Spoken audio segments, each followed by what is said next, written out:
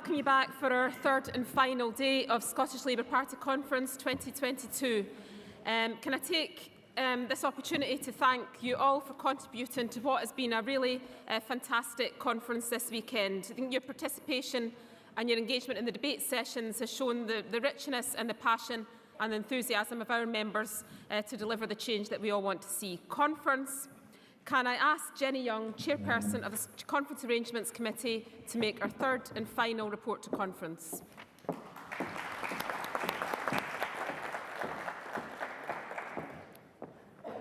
Morning, Conference. Jenny Young, Glasgow Kelvin CLP, Chair of the Conference Arrangements Committee. Conference, first of all, I'd like to thank Cara Hilton for her excellent chairing of Conference this weekend.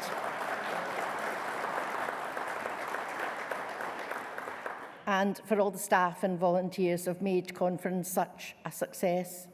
It's been great to finally be able to hold an in-person conference after 2 long years to catch up and see members and affiliates from all across our movement. I'm particularly pleased that Conference is taking place here in Glasgow within my own constituency.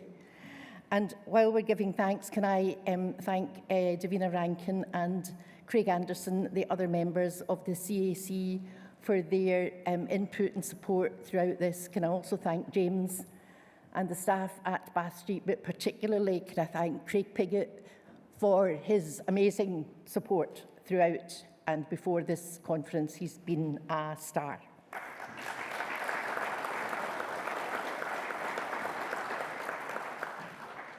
Today we'll hold our final debate on building a greener future before a question and answer session with Anis and a keynote speech from our Deputy Leader Jackie Bailey. As noted in the Conference Arrangements Committee Report 3, the SEC have decided to refer the proposed rule changes back to the SEC Organisational Subcommittee and will table them at a future conference. As a result, the Building a Greener Future debate has been brought forward to just after this report and extended by 30 minutes. The Q&A session has also been extended by 10 minutes. But can you note that the printed CAC report says that the Q&A is listed as starting at 11:25. It's now been pushed back to 11:35. Conference, I hope you take advantage of the extra time for debate to contribute to those issues that are important to all our members and affiliates. I'm sure you know all already, but can I just remind you again of the COVID rules, lateral flow tests, or you wouldn't be here, obviously, that wear a mask when you're moving around Conference, wash your hands regularly, and stay safe. So for the third and final time at this conference, I'd like to move the CAC report.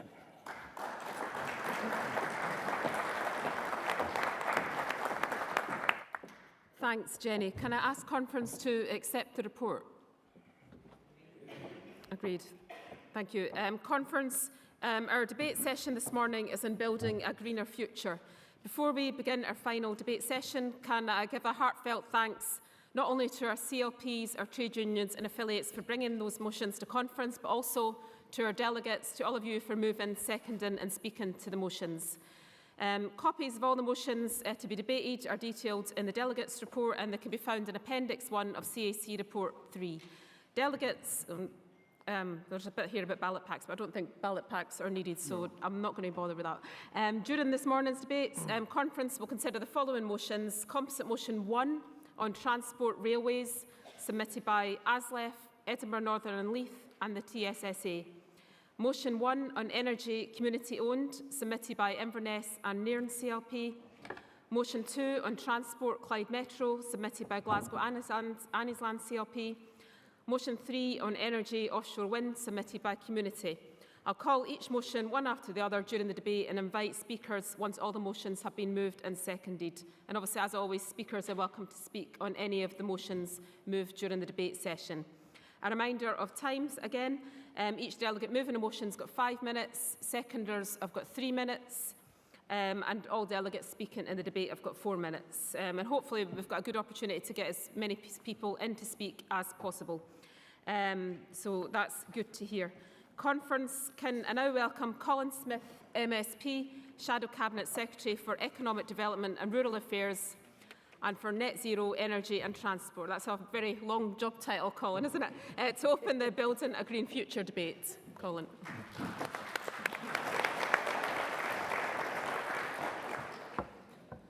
Thank you very much, Cara. A very long job title and a very long to-do list. Conference, it's great to be back, I have to say, and in person too. No one shouting, you're on mute when you start talking, although I suspect maybe one or two might wish I was by the time we get finished. But conference, our country has faced really unimaginable challenges over the past 2 years. Through the pain of far too many lives lost and far too many lost livelihoods, our people really have rose to those challenges. They've played their part, they followed the rules, they did the right thing. But today I want to talk to you about the biggest challenge all of us now face, the climate and nature challenge. As Anas set out so brilliantly on Friday, the battleground in politics in the years ahead will be that fight for the future. Who best will rebuild Scotland after the pandemic to tackle the insecurities, the inequalities we've all seen grow in the past 2 years of pain and loss? At the heart of that fight will be the fight for the future of our climate and our nature emergency. It's 100 days since this great city welcomed the world to COP26, but the generation-defining decisions made barely keep alive the goal of limiting global warming to 1.5 degrees. It was a missed opportunity, climate delay, when we needed climate delivery. And in Scotland, we're stumbling backwards when we need great strides forwards. Take transport. Still our largest source of greenhouse gas emissions, responsible for more than a third. Yet this Green SNP coalition are hiking up rail fares, they're closing ticket offices, they're axing 90,000 train services a year, and they've still failed to give councils the powers, as secured in the Transport Bill, to run their own local bus services. Now, I welcome the fact the SNP are at last bringing ScotRail under public control. I support public ownership of our railways. We all campaigned for it. I brought not one but 2 motions before Parliament that would have delivered it years ago. But the SNP voted each and every one of those motions down. And let's be clear, Conference, the only reason the SNP are now backing our calls for public ownership of ScotRail is because their Abellio franchise was such a failure. Now remember when the SNP handed the keys of Scotland's trains to the Dutch firm. They said it would be world-leading. Well, it was. World-leading delays, world-leading cancellations, world-leading fare hikes. In Conference, if the SNP Green Coalition are so in favour of public ownership, why do they still refuse to bring the Caledonia sleeper service under public control? Green voters must be so proud that their sellout MSPs would rather stand shoulder to shoulder with Serco than stand shoulder to shoulder with ASLEF or the TSSA or the RMT.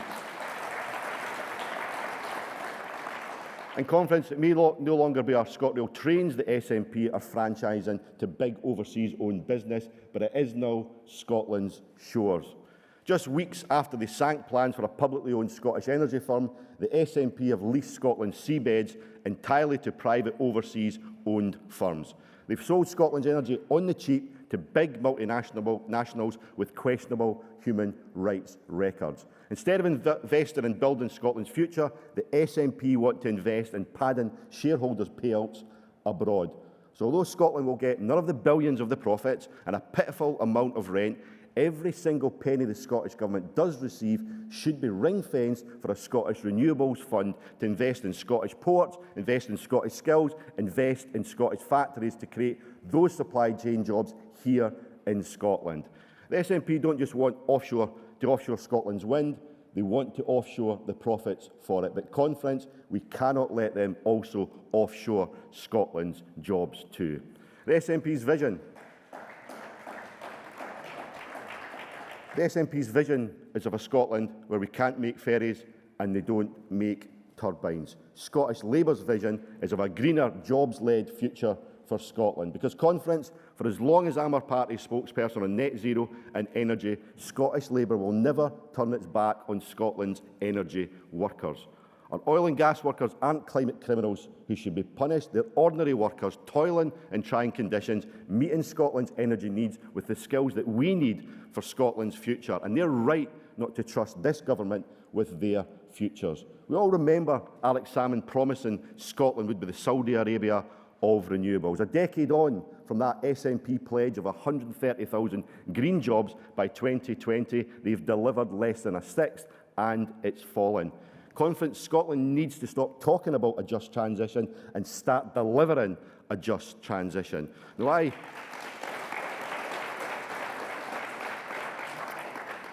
grew up in the 1980s. I saw what the Tories did to my family and the mining communities in Upper Nithsdale, shutting the pits, forcing them to leave their communities. Conference, never, ever again. The Labour movement knows our responsibilities. Yes, a transition to net zero, but a jobs-led transition with a green industrial revolution that leaves no worker, no family and no community behind. We need to be the party of green and the party of red together, the party of climate justice and economic justice together, because, conference, no one else will be. Not the Tory climate deniers who cut support for renewables, not the SNP climate ditherers who say leave your car at home but then take your train and bus away, and certainly not the green climate pretenders who in opposition howl at the SNP for kicking a publicly owned energy firm into the long grass, but then in government they boot it out altogether. Conference, the Greens can't even deliver a bottle return scheme, never mind a just transition.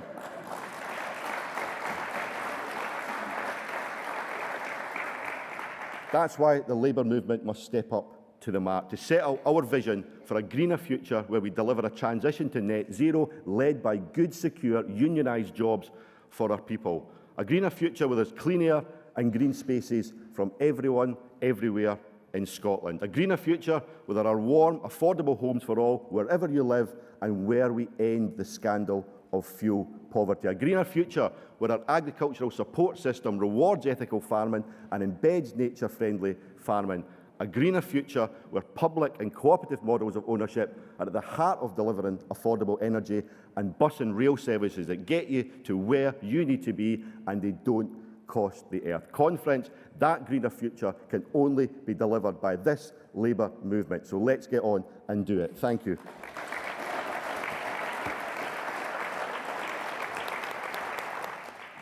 Thank you, Colin. Can I ask the delegates who are moving and seconding composite motion 1, motion 2 and motion 3 to be ready to come forward? And if the delegate moving composite motion 1 can come to the rostrum, and other delegates moving and seconding make themselves known to the stewards. Can I invite the delegate moving composite 1 up to the stage? Thank you.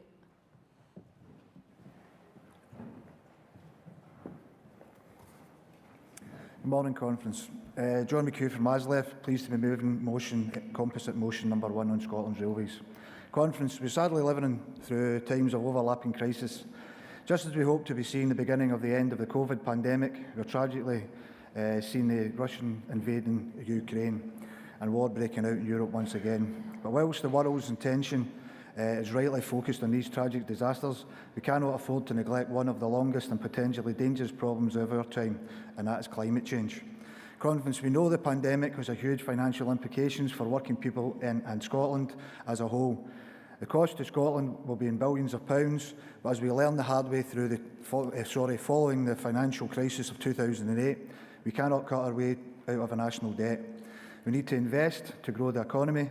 Austerity was a political decision and is one that fails by all measures. So, Conference, as we face two of the biggest questions of our times, how do we recover from the pandemic and cut carbon emissions? The answer is clear. Invest in a green infrastructure.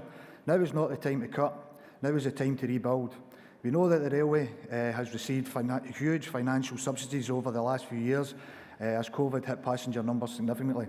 We know that passenger numbers are still not back to the pre-pandemic levels. Conference, we also know that this has come at a cost. We cannot allow Scotland's railways to go into a managed decline. We need to attract people back to our network. Only then can we increase ticket revenue, reduce transport carbon emissions, but we cannot do this by cutting staff and services. We will not be able to get people back onto Scotland's railways if services are unreliable, infrequent and passengers do not feel safe. In November, Scotland's 4 rail unions published a report called A Vision for Scotland's Railways. If you have not read it, please do so. It shows that there is an alternative to cuts. The investment not only helps our communities in the fight against climate change, but makes economic sense. For every £1 that's spent on the railway, it brings £2.50 into the income and generating the wider economy. The report makes recommendations of more staff, more services, cheaper tickets, more accessibility for elderly and disabled passengers. It grows our industry out of the financial trouble that it's in. And it's not just passengers. We must invest in freight and support our freight industry. The freight industry results in an average of 76% lower emissions and at the same time, as the same road journey. Conference, can I call that is very quickly and very easy to cut the rail capacity, yet is extremely difficult and extremely expensive to rebuild it. We cannot mothball parts of our railway and we must play such an important role in the future recovery as an essential tool as we fight against our climate change. So we must say no to cuts in services, no to staff cuts and no to managed decline, and yes to rail investment, yes to increasing passenger numbers and yes to fighting climate change. Conference, I move.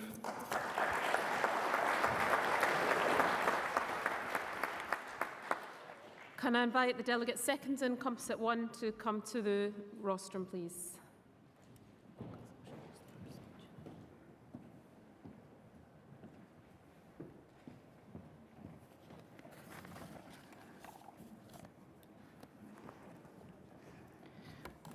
Comrades, Chair, excuse me, Katrina Fachenda, TSSA, and I'm seconding composite motion 1.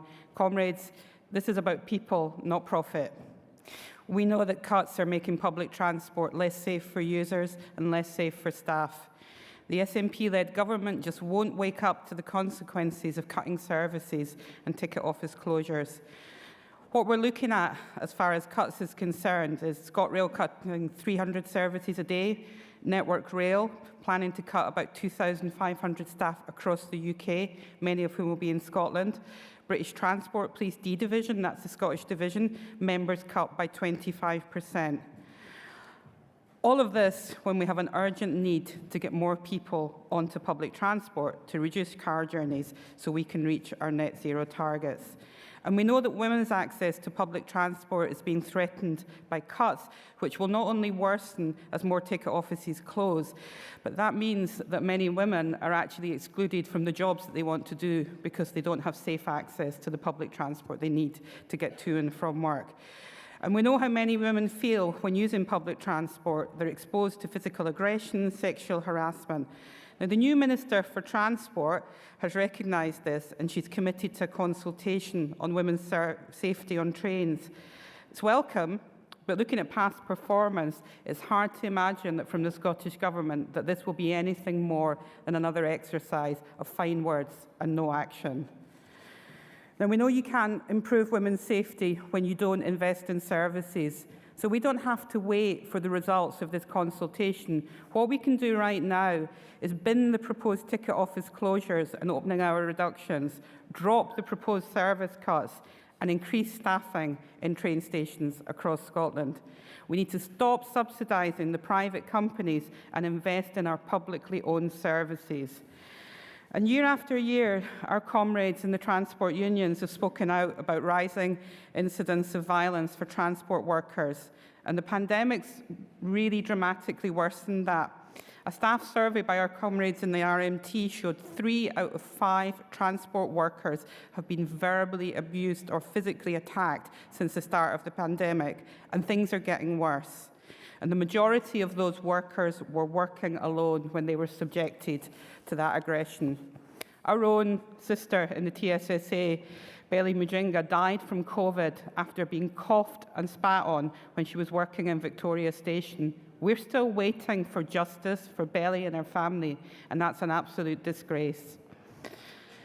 Verbal abuse, including threats to get coughed on or spat on, are on the increase, and the statistics are just absolutely shocking. Now, this has to be addressed by the employers and also the government, because we all agree in this room that no worker should have to put up with this. Comrades, our public transport network is what we need to be able to create the world that we want to live in. And we need to drive out the profiteers, and we need to take full control as well. Thank you, comrades. I second Composite 1.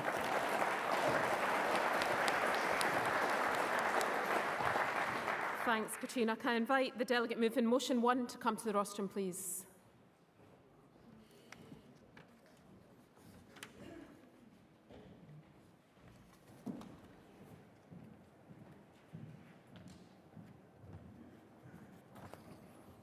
Morning Conference, Jimmy Gray, Inverness and Nairn CLP.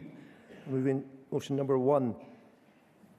The Highlands and Islands have been to the forefront of energy production for over 100 years, from water mills to Labour's power in the Glen Hydro, led by Tom Johnston in the 1940s, introducing electricity to rural areas as well as bringing thousands of jobs in aluminium smelter to Fort William and Kinlochleven.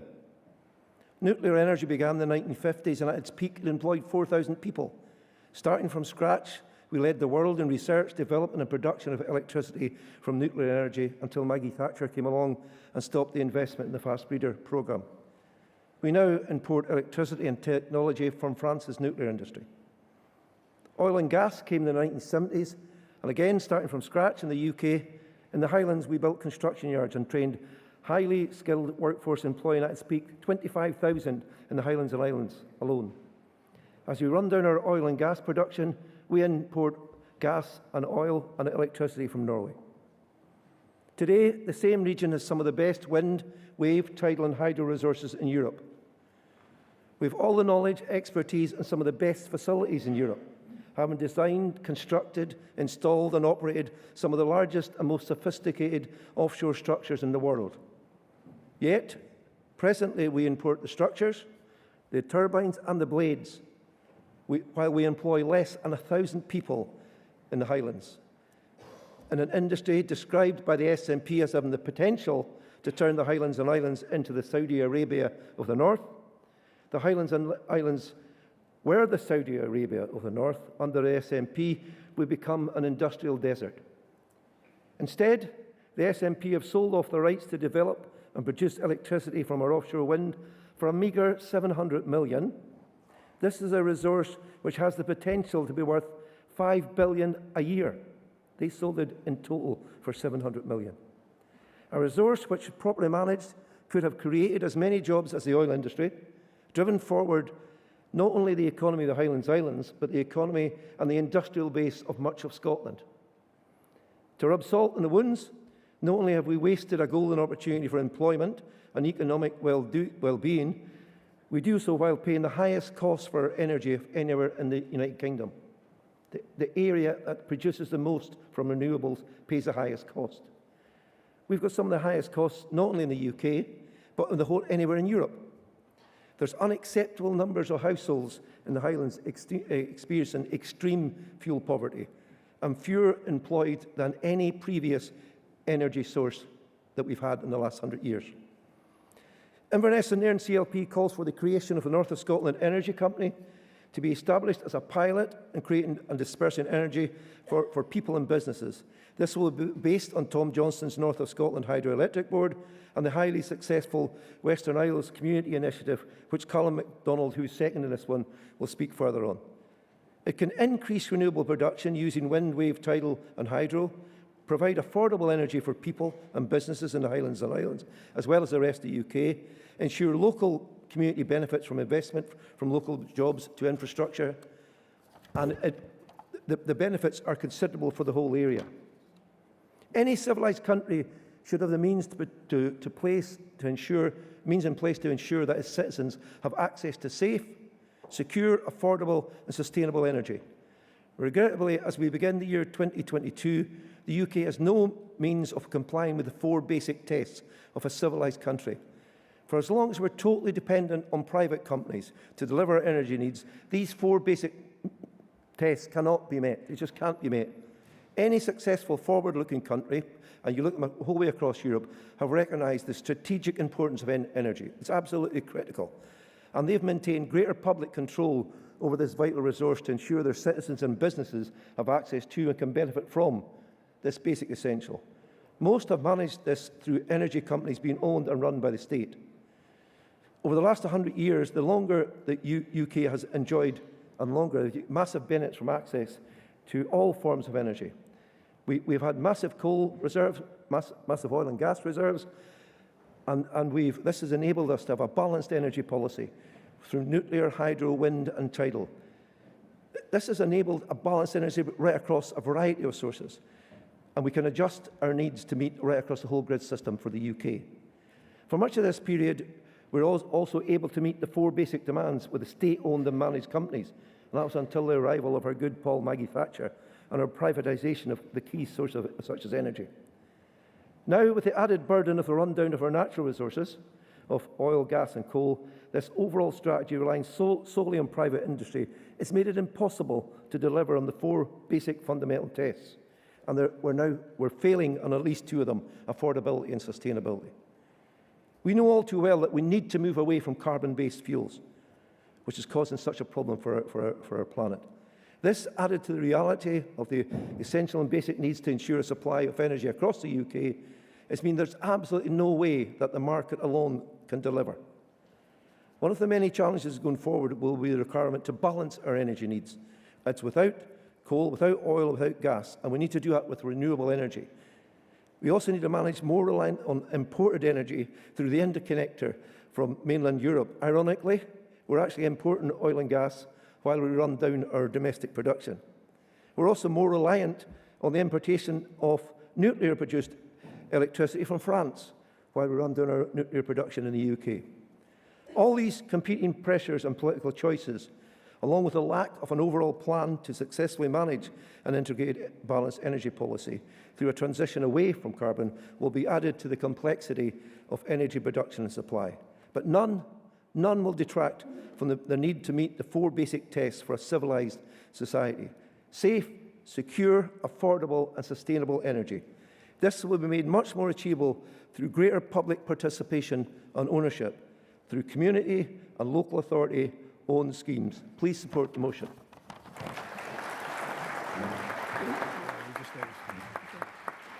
Thank you. Can I invite the seconder to come to the rostrum, please? Good morning, delegates. Callum MacDonald, Western Isles constituency. Happy to second this motion. I've spent the last 15 years working in community energy in the islands, where we now have, I'm proud to say, Britain's largest community-owned wind farm. And I want to use that experience to make 3 points to you this morning. The first is a very, very simple and basic one, which is that community-owned energy provides much more benefit, local economic impact, than any corporate or private wind farm scheme. This has been shown by independent studies, which show that they provide up to 20 times more local economic benefit than corporate or private equivalents. We know it from our own experience in the islands. We've got the various wind farms on the islands, the community ones, generate about £2 million profit a year. That goes back into the islands. Every penny gets reinvested in community organisations and community projects. And wind farms, by their nature, they're very much long-term projects. So that's £2 million a year in net profit. That'll be going back for the next 20 years. I don't think I need to say to you how nice it would be if every constituency in this hall represented also had a community trust delivering £2 million profit back into the community every year. The second point I want to make is that community energy doesn't need to be small. People have got it in their heads that community-owned energy means a small turbine or a small project. It doesn't need to mean that at all. If we look across at Denmark, for example, and Denmark, as you know, is a pioneer in green energy. It's probably got more wind farms per capita than any other country in Europe, possibly the world. 50% of that wind farm energy in Denmark is generated and owned by the community. It can be via a cooperative, it can be a community trust, it can be a municipal authority. It doesn't really matter what the format is. The point is that all the benefit and the profit from 50% of Denmark's wind farms goes back into the local economy, back into the local community. The third and final point, I guess, is a fairly obvious one. In delivering a community energy economy, or far less a community energy revolution, the successive SNP administrations have completely failed. If we compare Scotland to Denmark, where Denmark has 50% of its wind farms in community ownership, Scotland, after 15 years of SNP administrations, has just 1%. 1%. 15 wasted years. We know why. It's not their priority. The Greens are no better. The economic benefits of energy for them is a secondary issue. So that's why we are very happy to second this motion by Inverness CLP.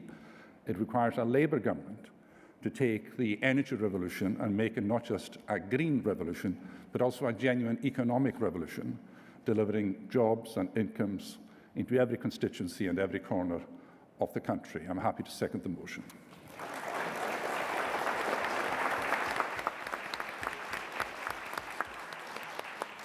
Thank you. Can I invite the delegate moving motion 2 to come to the rostrum, please?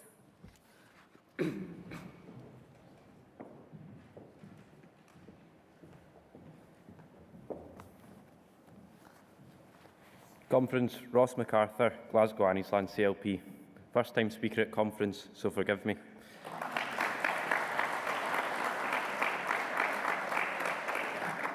Conference, as we come to the end of our weekend here in Glasgow, I'm sure that you'll agree with me that Glasgow is the best city in Scotland.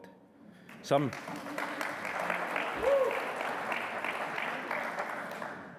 even in this very hall, insist it's that other place, you know, the capital. But they're very wrong. Who needs a castle when you have the city chambers? Who needs the Royal Mile when you have the Style Mile? Who needs a single-lined tram network when you have a single-lined subway? And statues to great Scottish men and women. As a Glasgow Anniesland delegate, I'm obliged to point out we have a tribute to one of the best right outside the concert hall, Scotland's First Minister and Anniesland's first MSP, Donald Dewar.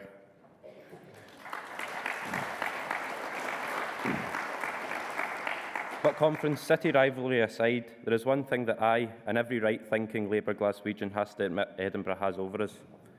Now, this might seem a small concession, but in Scotland, we know that this is a huge thing to have to accept.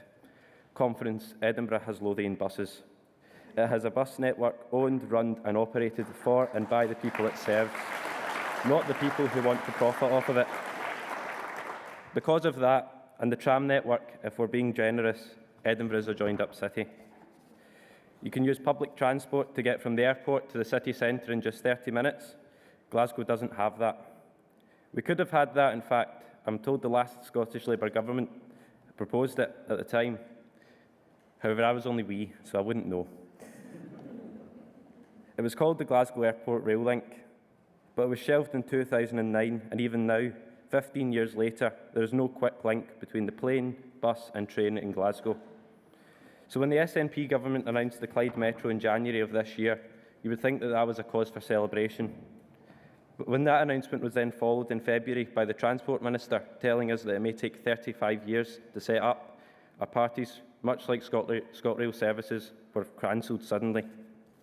I mean, conference, I'm used to a bus or the train delay, but 35 years takes the biscuit. My city and cities and towns across Scotland cannot wait for this centralised SNP government to decide what it wants to do decades after Labour. Instead, conference, we must allow people and communities across the country to take back control of their public transport. Because conference, buses and trains are not just buses and trains. They are how we get to work, they are how we see friends and family, and they're how we go out. Transport isn't just the journey, it's the destination. Our bus and train networks must be shaped to serve those who use them. That is what happened with Lothian buses in Edinburgh, and what time and time again First Bus has failed to do in Glasgow, and First, Arriva and the whole lot of them has failed to do across Scotland. So how do we solve it? What's the Labour answer? It is, at its heart, simple. Our public transport networks must be owned and run by and for the people, not profit.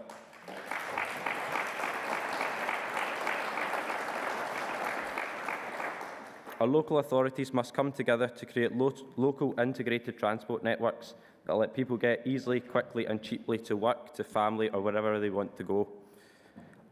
We must empower our local authorities to work together properly and shape their transport systems, because people from Lothian work in Edinburgh, people from Dumbartonshire work in Glasgow, and people from Aberdeenshire work in Aberdeen.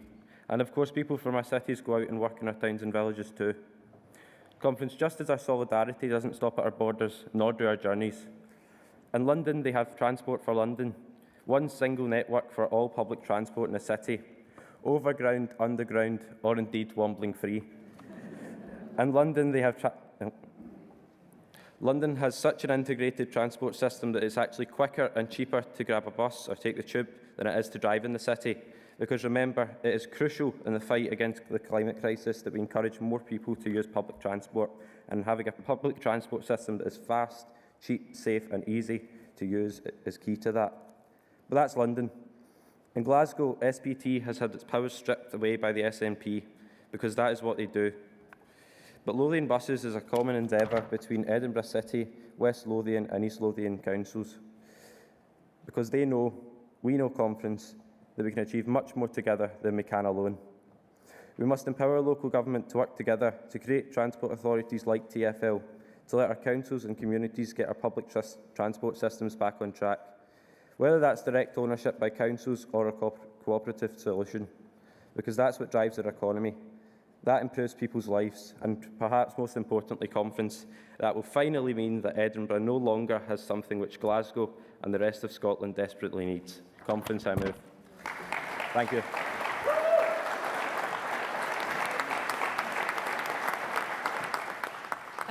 Is there a formal seconder for motion 2? I believe that's. Thank you. Can I invite the delegate moving motion 3 to come to the rostrum, please?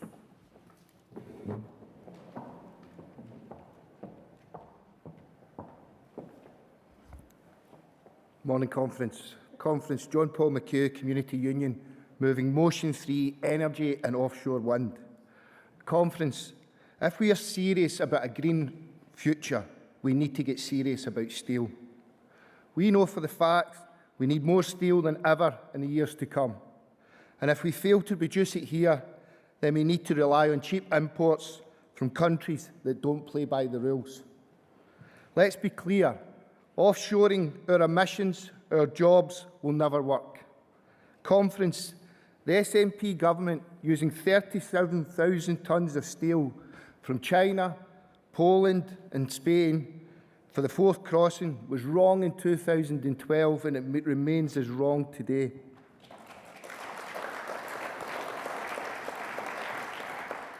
We cannot tackle the climate crisis by undercutting our industries and our workforce. Take ScotWind, for example, a project that demonstrates our commitment to future generations, creating a source of energy that will support our children and their environment. ScotWind will require tonnes upon tonnes of steel. Producing that steel requires thousands of people to work in the industry and across the supply chain. The governments in Westminster and Holyrood have a golden opportunity to support, create and protect thousands of vital steel jobs in Scotland and across the UK.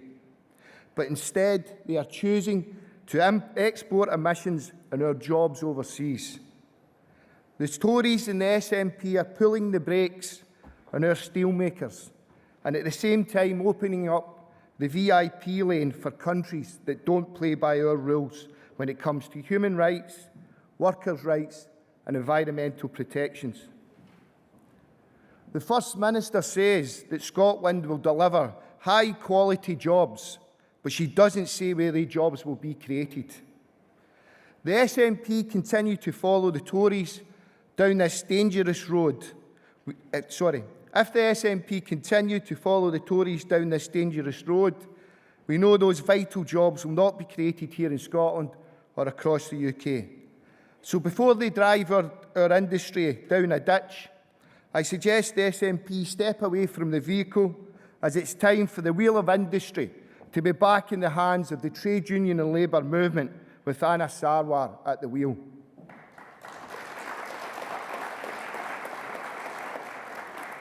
Our steelworkers are the best in the world. They are the beating heart of communities across the UK, from Motherwell to Port Talbot. They produce quality steel that is everywhere. It holds up our bridges, it moves our trains, it keeps our buildings standing strong. It's even in the tins that feed us. Conference, we need our steel. The past few years demonstrated clearly that over-reliance on imports and the global supply chain is a dangerous road. Just think of the news we have all been following anxiously in the past few weeks. We are on the cusp of a new geopolitical reality that can transform every part of our economy overnight. We can only face these challenges if our communities are resilient, if we count on ourselves and we make what we need, if we make our own steel. That's why I'm here today on behalf of my union, other trade unions, calling on the Scottish Labour Party to build our offshore wind farms with our steel. To stand up for our steel industry today so that it is there for others tomorrow. Conference, I move.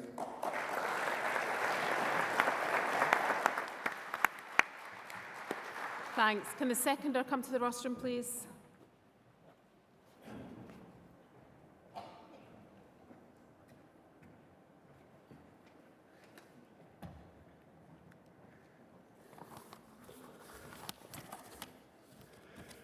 Chair, Conference, good morning.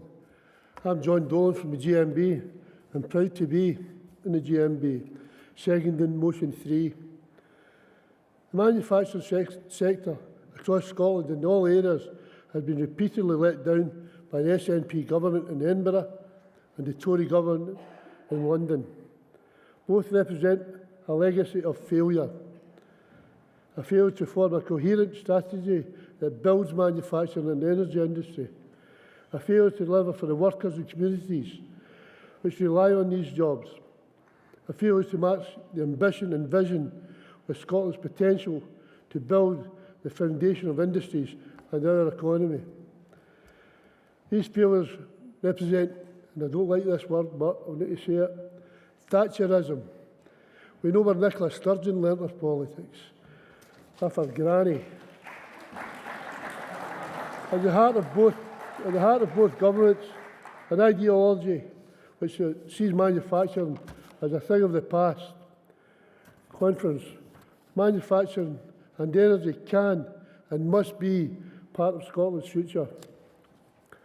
This is no truer than the SNP government's recent £700 million ScotWind contracts.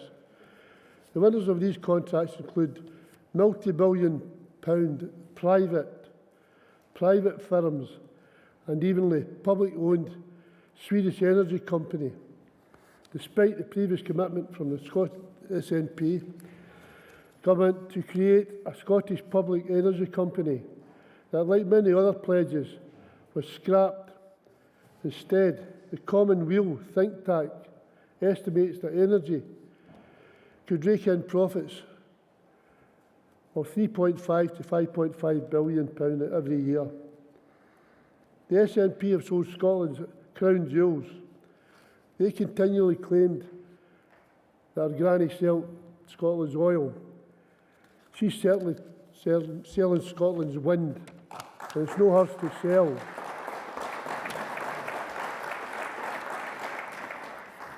We are in the midst of a cost of living crisis, where energy bills are skyrocketing, families are choosing between eating and heating, and wages are stagnating.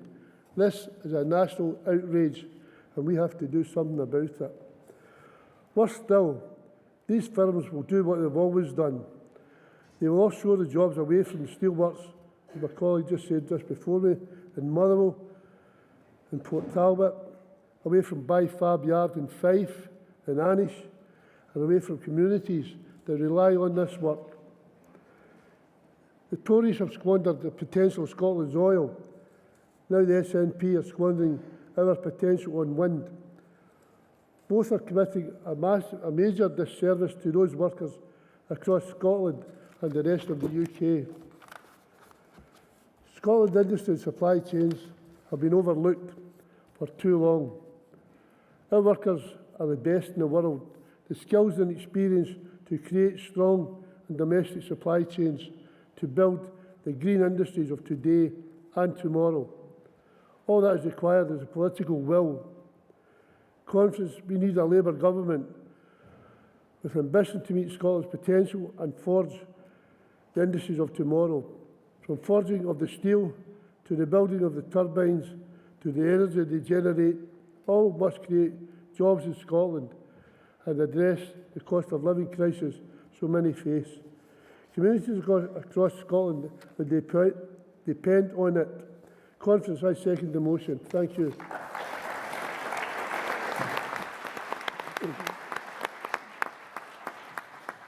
Can I thank delegates for moving and seconding the motions? Can I now ask delegates who want to speak in the debate to raise your hands, and I'll take speakers in groups of 3. A reminder, you've got 4 minutes to speak.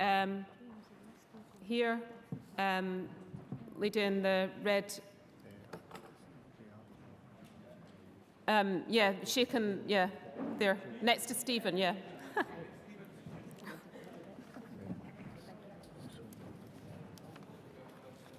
If you can come to the side of the rostrum. No, thank you. If you can come up and speak.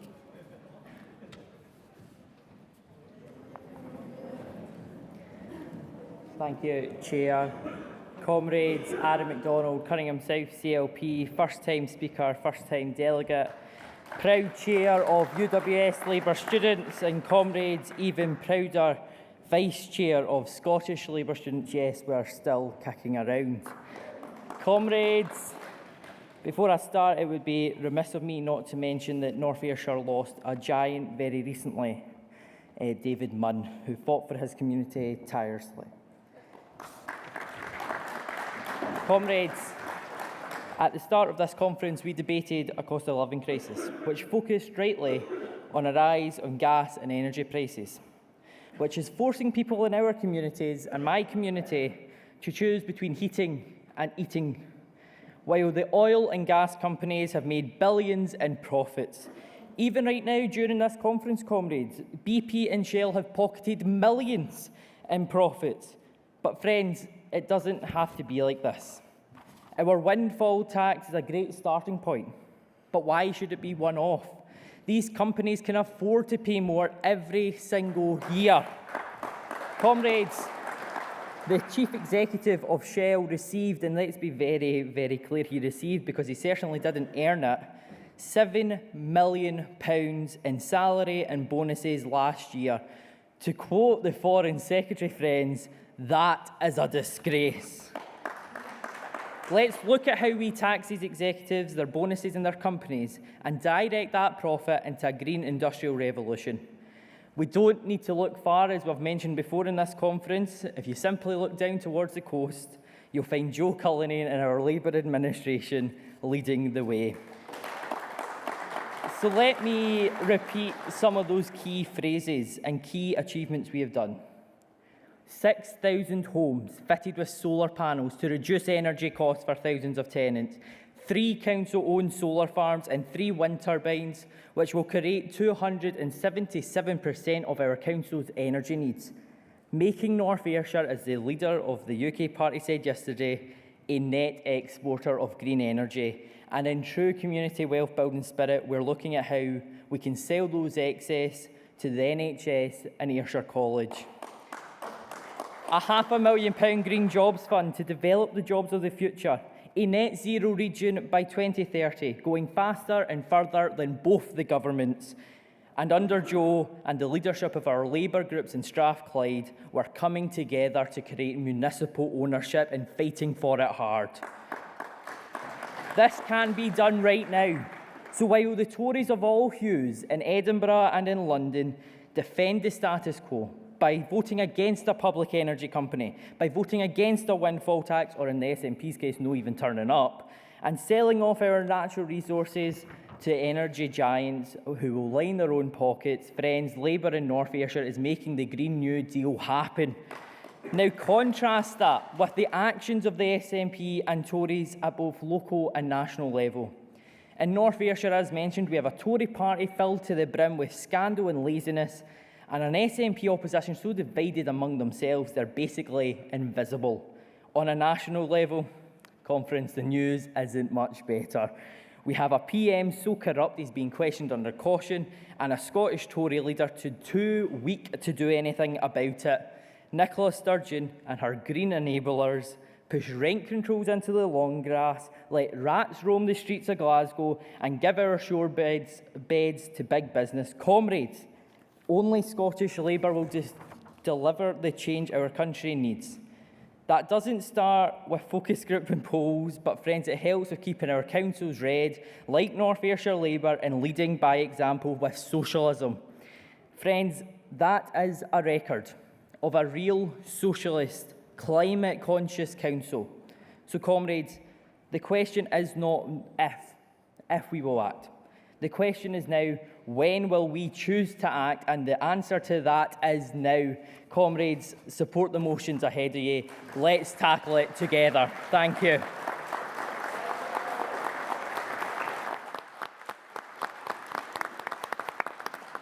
Thank you. Can the next delegate come up to the rostrum, please?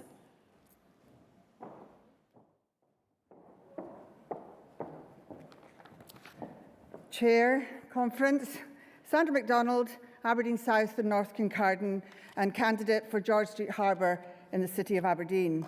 Thank you very much. Supporting motion 1 on community-owned energy and motion 3 on offshore wind, and making the case that we should tackle the cost of living crisis at the same time as we tackle the climate emergency. For the last 5 years, I've served on the board of Aberdeen Heat and Power, a not-for-profit enterprise created by a previous Labour Council 20 years ago to replace obsolete, expensive electric heating systems in high-rise buildings with low-carbon, low-cost combined heat and power. Thousands of council tenants in dozens of multi-stories and sheltered housing blocks saw their energy bills cut in half as a result, and carbon emissions fell by about 50% as well.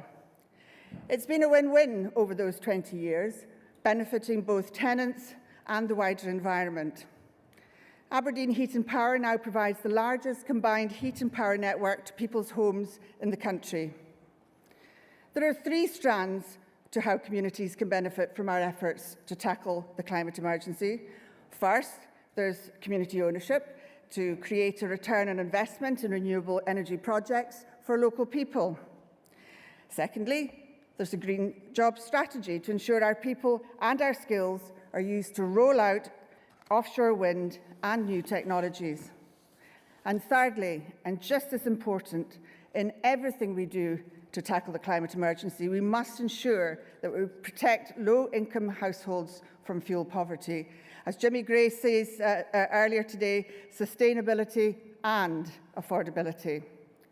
And that's what we've been doing with combined heat and power over the last 20 years. And that's what we must do in Aberdeen and across Scotland over the next 20 years and beyond. We will continue to join up more people's homes and more public buildings to our district heating networks, and at the same time, we will look to replace North Sea gas in all these buildings with zero carbon alternatives at the same time as we do everything we can to protect our consumers from increased costs. Working people in Aberdeen are rightly proud of what we have done over the last generation to meet this country's energy needs.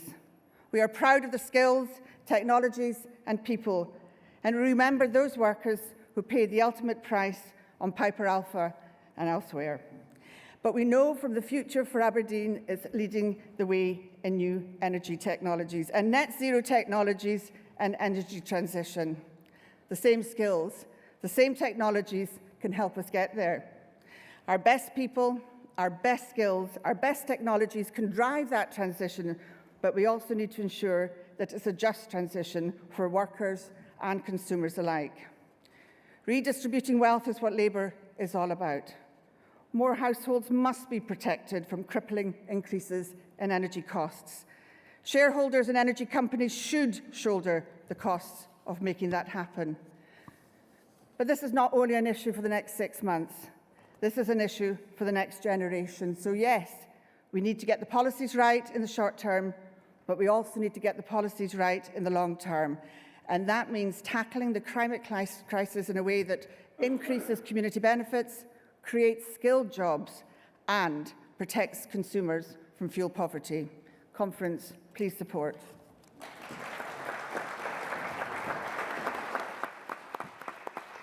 Can I call the next speaker up to the rostrum, please?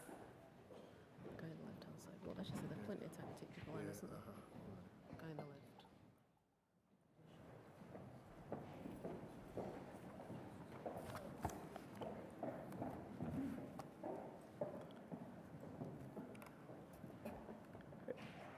the left. Chair, Conference, my name is Zia Hussain, Unison, to support motions 1 and 3.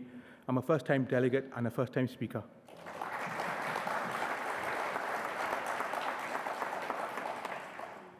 COP26, from our perspective, was a monumental event in Glasgow.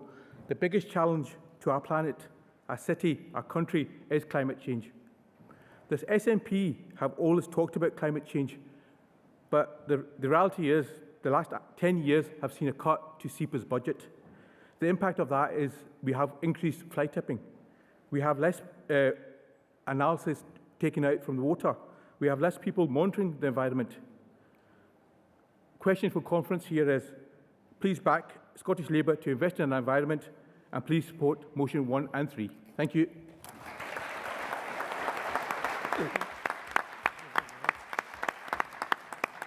Thank you. Delegates, we've got time for another round of speakers. Can I ask for hands? Man with the blue shirt, Anne. Anyone else? Black shirt, black mask. Oh, Pat, I think. Pat, yeah. You make your way to the side. Thank you. Thanks. Okay, thank you, Chair. Thanks, Conference. Jim Mackenzie, Edinburgh Northern Leith, speaking in support of Compensate Motion 1. Conference, our constituency are asking for your support for our rail workers who have provided a superb service, especially over the last 2 years during the pandemic. Now they are facing cuts to the ticket office opening hours. What is required is to invest and expand in our rail service infrastructure. In addition, we need to provide concessionary travel, providing concessionary travel to young people under 22 years of age, disabled people and citizens over 60 years of age. Like us all, young people are facing a cost of living crisis. By providing free travel on the rail network, this will assist in some way in allowing young people to attend the college and continue their apprenticeships, providing the skilled workforce of tomorrow. Disabled people who are continually finding it difficult to gain employment, this will at least provide free travel to interviews and allow disabled people to see a bit more of the country at no additional cost to them. Our senior citizens who are feeling an increased cost of living and food and heating a greater burden, at least they will be able to get out of their house in the morning and go into a warm train for a few hours to visit friends and family, assist in helping their grandchildren, and indeed for Scotland they have not seen. Many older people are working part-time, and this will assist with their travel costs. In addition, by encouraging the elderly to keep active and moving, this will reduce the burden on the National Health Service and save the health budget through time. This will also work through to our integrated transport policy and maintaining a rail network, building new lines and stations, rebuild the economy after a worldwide pandemic by creating jobs, improving services, a strategy for growth to benefit the people of this country. Let's go forward and win. Thank you.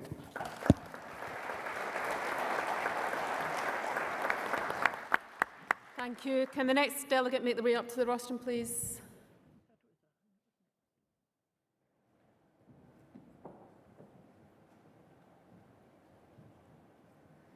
Okay, thanks. Thanks, Chair. I didn't intend coming up in the debate, but I felt as though I need to. And I thought it would be helpful just to get a bit of background to what's going on, particularly within the offshore wind renewable sector and some of the battles that we've had historically. when you think about Sea Green, you think about NNG contracts, the hundreds of offshore wind turbines and farms that you see spinning in the North Sea, and the battles that we've tried to have to try and make sure we've got a kind of manufacturing base behind them. And understand a bit about the bidding process that takes place for these projects to come off. And a lot of that is through these, what they call contracts for difference. Where big developers like SSE, Scottish Power, you know, all these big developers that you hear of will make a bid. And it's a bidding process. So, you know, Westminster say we want 150 wind farms. They'll make bids to be the provider of the wind farms. And then they get awarded it. But they get awarded these things with no conditions set within these contracts. So it's basically left to the global free marketplace. And we all know what happens when it's left to the global free marketplace, because companies or corporate organisations have no social conscience. They have no social conscience whatsoever. It's all built around profit and how much profit you can make for building the wind farms. So that's why you see contracts being awarded to Indonesia, to China, to all over the world, bar here within Scotland and even within the UK itself. We struggle to get these contracts awarded within here because that's the reason why.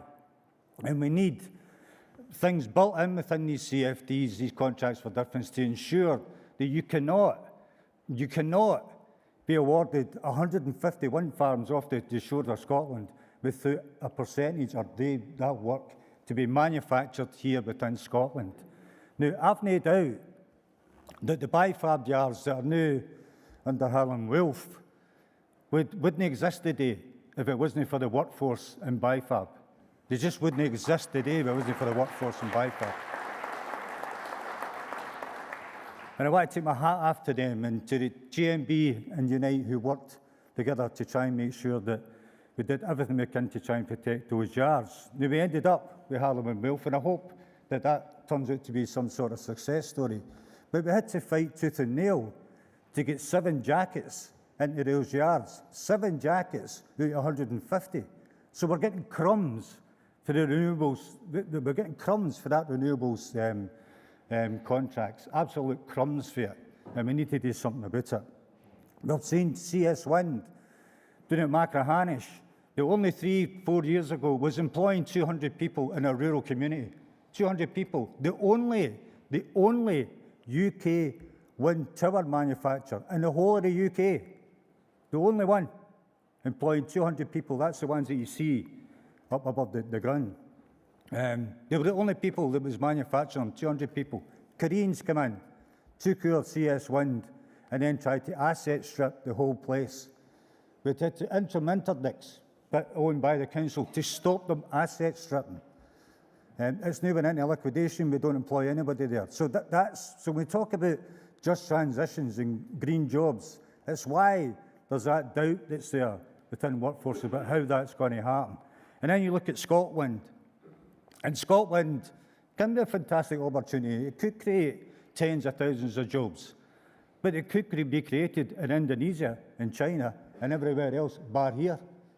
We shouldn't be selling off the Scottish seabed. We should be making sure that anybody who wants to put a jacket into the Scottish seabed, then it's manufactured here in Scotland.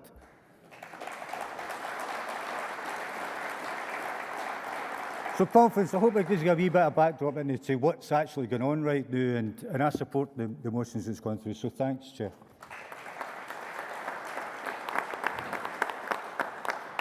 Anne, would you like to come up to the rostrum, please?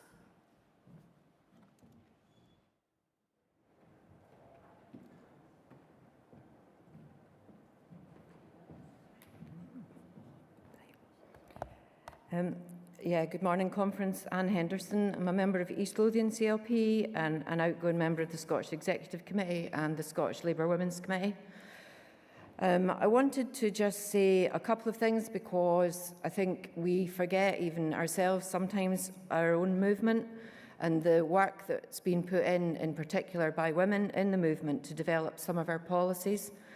I support all the motions in front of us. I'm a long-standing member of the now the Rail and Maritime Transport Union, was a member of the NUR, and I worked in the rail industry, which at that time very male-dominated, still the case in the 1980s and 1990s as station staff, firstly, and then as a guard and as a train driver. One of our first disputes, one of the first disputes in which I was involved in the early 1980s, ironically, was with Strathclyde Regional Council over proposals to destaff the stations in the Strathclyde area and the removal of ticket barriers, well, ticket staff. We didn't have so many of the, we didn't have the automatic ticket barriers, removal of staff. So it was a big impact on staff. But we knew in the trade unions that that would reduce the number of people who travelled, and it would also massively increase ticket fraud, and which is exactly what happened. So I'm pleased to see louder voices again just now across Scotland, across society and across the movement, challenging the proposals to reduce staff in the stations. And I think that some of those arguments have been won. But if we look at like the Labour Women's Committee at that time, I was looking at old paper, Rosina McCrae, Maria Fife, other women who were involved in the Women's Committee at that time, produced policy papers explaining what women wanted from public transport and how to encourage more women to both use and work in the industry. By 2001, Sarah Boyack, Transport Minister in that first government, the Scottish Parliament, she had commissioned one of the earliest pieces of work that Sarah commissioned was an extensive consultation with women about what they wanted from transport and public transport in Scotland. And that survey, which report called Moving Forward, had a whole number of recommendations which should have been bedded into the Scottish Executive's approach to commissioning of procurement of transport services. So it's really irritating, to say the least, to put it mildly, to see the SNP government and the SNP Transport Minister making a big deal out of consulting and listening to women. The work has been done already. It's been done over a long, long time. It's our movement. We've got that history. This conference, our trade unions know where to look for the policies and answers that we want. And women want stations. One thing that's happened is stations have become what I would call bus stops, actually. They don't have buildings on them. They don't have toilet facilities. They don't have a place, a lot of stations, new stations, and we should be speaking about that. When new lines are opened and new stations are commissioned and walking routes are planned, they should be safe, accessible, all the points delegates have made around disability, but also around safe for children, safe for women. And that means building toilet facilities, it means building waiting rooms, and it means building a safe place to work for the staff. So I think we need to raise the bar a bit there. There's a lot of jobs in all the industries that have been referred to today, and these can be jobs for women as well as men. They're secure jobs, provide good income in local communities, lots of commonality with the arguments we use around public services and expanding public services. So I just wanted to say, don't lose sight. Use some of the arguments we've already developed. That's our movement. Yesterday we paid tribute to Maria Fife and the women of the past on who our movement has been built. We listened to strong speeches during the violence against women debate. We need to apply that across all our policies, and that means putting it across our transport policy as well. It means looking at the terms and conditions of employment in our industries. If there aren't good conditions around maternity and paternity leave, for example, it's harder for women to work in these industries. I think I may not have been Scotland's first female train driver. That's a point of debate. We haven't completed the research on that one. I think I certainly was Scotland's first pregnant female train driver, and to be offered a uniform which consisted of something that a very large man, basically an overweight man's uniform, with no recognition that on returning to work there would be requirements around continuing to express milk or deal with conditions related to pregnancy like mastitis. There was just no recognition of that, so I was proud to be part of a union and a movement which was beginning to recognise and negotiate on these questions. But we have to do that, and I know that all the unions here today are doing that. We have to do that across the whole of the transport sector. We've got to match up the things we say about women's health with what that then looks like, what we negotiate in employment conditions. And we've got to match up what we mean about safe working environments, safe public transport, and safe jobs with the conversation we had yesterday about sexual harassment and violence against women. So thank you for the opportunity to speak to conference.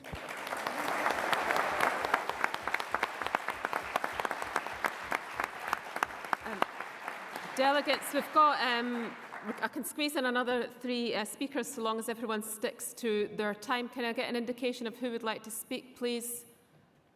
In the pink jumper. Matt, is there anyone else who would like to speak?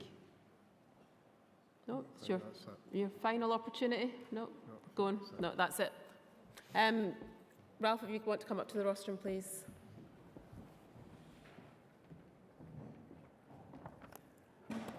Good morning, Conference. Good morning, Chair. Ralph, Maryhill and Springburn CLP, first-time delegate, first-time speaker.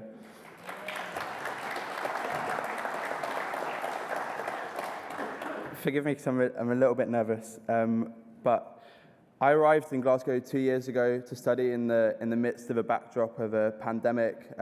Got here, was told to sort of lock up in halls, not go out, wasn't allowed to go back and see my parents.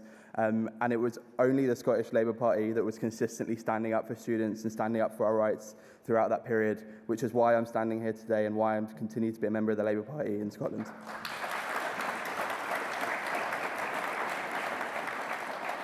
Having been born in London and grew up in London all my life, and then moving to Glasgow, it was a stark reminder of how lucky I was to be from London, with a fully integrated, publicly owned, publicly run transport system that works for all. Transport that is capped in how much it costs, which supports social mobility, job creation, and the safeguarding of our planet. Glasgow, Edinburgh, communities across Scotland deserve this too. Scottish Labour is calling for a just transition, where no person, no community is left disadvantaged as we move towards a low-carbon economy, and public transport must be included in how we move to that transition. Scottish Labour has consistently called for the Scottish Government to be bolder and cleaner in their action to tackle the climate emergency. The SNP talk about world-leading ambition, but in reality, all we see is repeatedly missed targets and rhetoric. We are already on the back foot, Conference. A green, affordable, interconnected transport system run in the interest of the public and not profit and private companies is essential in getting people to switch from their cars and cutting emissions, but the SNP are failing to deliver. Bus services are being dismantled, with many local routes disappearing and passenger numbers down by over 25% since 2007. Bus fares have increased by over 20% in the last 5 years, and now less than half of passengers say that buses represent good value for money. It's also a critical time for rail services, and amid a series of rows, including drastic cuts to pre-pandemic services, controversial plans to cut ticket offices, tense industrial relations, and the biggest fare hike in decades. Passenger numbers on buses and trains have not yet recovered to pre-pandemic levels where car journeys have. Yet, despite the SNP's plans to take ScotRail into public ownership, which Scottish Labour has been calling for years, the SNP have failed to rule out more price hikes or the proposed cuts to over 100,000 train services. In COP26, held just a few months ago, delegates from around the world were granted free travel passes, but yet people in Scotland still don't have access to an integrated travel system.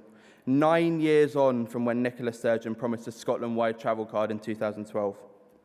Conference, as we head into a vital set of local elections in May, it is absolutely crucial that Scottish Labour puts forward a positive vision for the future of our transport network, municipally owned and ran in the interests of passengers.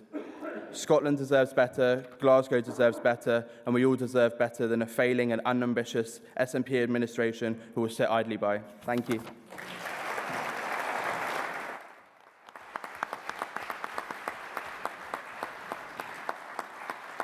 The next delegate, come to the rostrum, please. Well, these lights are bright, aren't they? Mcguire, Communication Workers Union, supporting all the motions in front of us today. Comrades and colleagues, I wanted to come up today because I think it's important to tie some of these things together. We in the Communication Workers Union represent workers in industries which are enormously based on shift work. People who kept, amongst many other workers of course, kept the country moving during the pandemic, whether it be in communications or, of course, in our postal sector and well beyond. We understand very well how difficult it is for many of our workers to get to work. And that's not just because of the lack of public transport more generally, or the lack of coordination of public transport more generally, but because it's not built around the needs of people. There's a question we need to ask ourselves, not just the usual ones, if you like, about providing fast, efficient, reliable, accessible and safe, as Anne Henderson very well put, public transport for everyone. But actually think about how it turns up, how these timetables are operated, and how we make these things accessible. I've spoken to colleagues in the sector who talk about using apps in order that you, in any given place, you can see where the next bus might be, etc. These are not difficult things to put together. Because many people have already made the point about the big public transport sectors already. But we have to talk also about the stick. And the stick, obviously, things like low emission zones, about road user charging, all this, all very controversial things, and potentially things that many of our workers might have a problem with. Well, we need to build these things through consultation with those workers and ensure that they're not left in detriment. And I'll give you a very good example of what's going on in this city right now. The bus operators, the private bus operators in this city, have been giving hundreds of thousands of pounds to help convert to low-emission buses so that they can adapt to the low-emission zone next year, while our taxi drivers in this city are getting nothing. And the result is going to be, there's going to be a plummet in supply, a collapse in supply of taxis in this city, and that has a knock-on effect in our massive hospitality industry, which is already struggling, and the workers in there who are leaving their work at 3, 4 a.m. and can't get home. So we need to think about taxis as well as the buses and the trains. That's part of the picture. And as far as the Glasgow Metro is concerned, I've got a wee theory about why they think it will take 35 years to deliver it. I think they're embarrassed, because I think the airport rail link, if in the current plan came to pass, it would go right past the King George V docks in Govan. Now, why would they be embarrassed about that happening? I'll tell you why. Because the King George V docks in Govan are full of wind turbine jackets and various parts that have been brought in by barges from that notoriously low-wage economy, Denmark, to be put up in Scotland. Just along the road where we have plenty of places where the building could take place, the manufacture could take place locally, and there's an abundance of skills and talent to get it done. Comrades, we need to tie all these things together. We need to believe in our working people here. We need to believe in the power of manufacture. We need to back them when we're in government at all levels, and we need to back public ownership at all levels to get these things done, because the market has failed us comprehensively. And as Pat Rafferty pointed out, when we leave these things to the free market in terms of manufacturing, we know what happens all too often. But let nobody say that it's just about us losing out to low-wage economies, because that's not the case necessarily with wind turbines. We can do so much better in this country with a bit of thought, a bit of effort, and a government that actually is on the side of working people rather than actually lining their own pockets. Thank you.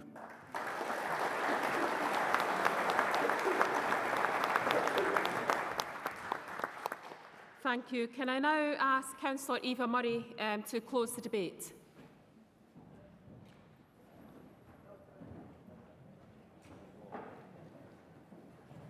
Thank you, Chair. Councillor Eva Murray, Deputy Leader of the Glasgow Labour Group. Can I start by saying how much I hope you've enjoyed your time in Glasgow. It's been fantastic to see so many friends and comrades in person in our city after an incredibly difficult past 2 years. Hopefully next time you visit our great city, it will be under a Labour administration that is prioritising the needs of our residents and addressing those concerns, not sweeping them under the carpet like the current SNP minority administration.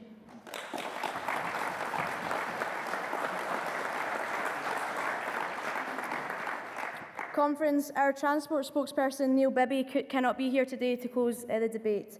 His train hasn't been cancelled, his bus hasn't broken down, he isn't held up in traffic, he's actually at home self-isolating, but he is well and he sends his sincere apologies and best wishes. This is our first conference since the pandemic, and Neil has asked me on his behalf and on behalf of the entire Scottish Labour Party to thank everyone in our transport sector who kept Scotland moving over these past 2 years. The people who went to work...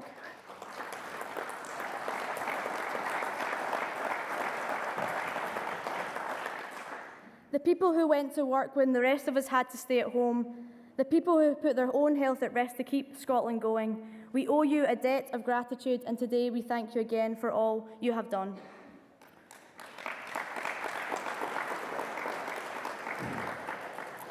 Conference, we also have to acknowledge the impact of the pandemic on the transport sector, the jobs that have been lost, the industries that have been damaged, the workers in aerospace and aviation for whom there was no just transition, only a COVID cliff edge.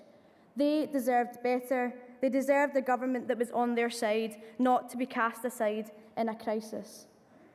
Conference, Scotland today faces an economic crisis, a cost of living crisis, and a climate crisis that threatens the very future of our planet. In times of crisis, leaders must provide direction, not drift.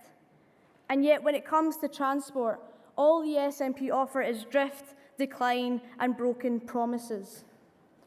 Conference, we currently stand in a city with amongst the lowest levels of car ownership in the country. In Scotland's biggest city, with a public transport network that is crumbling apart, and levels of air pollution that are killing people and making the lives of those it doesn't kill worse.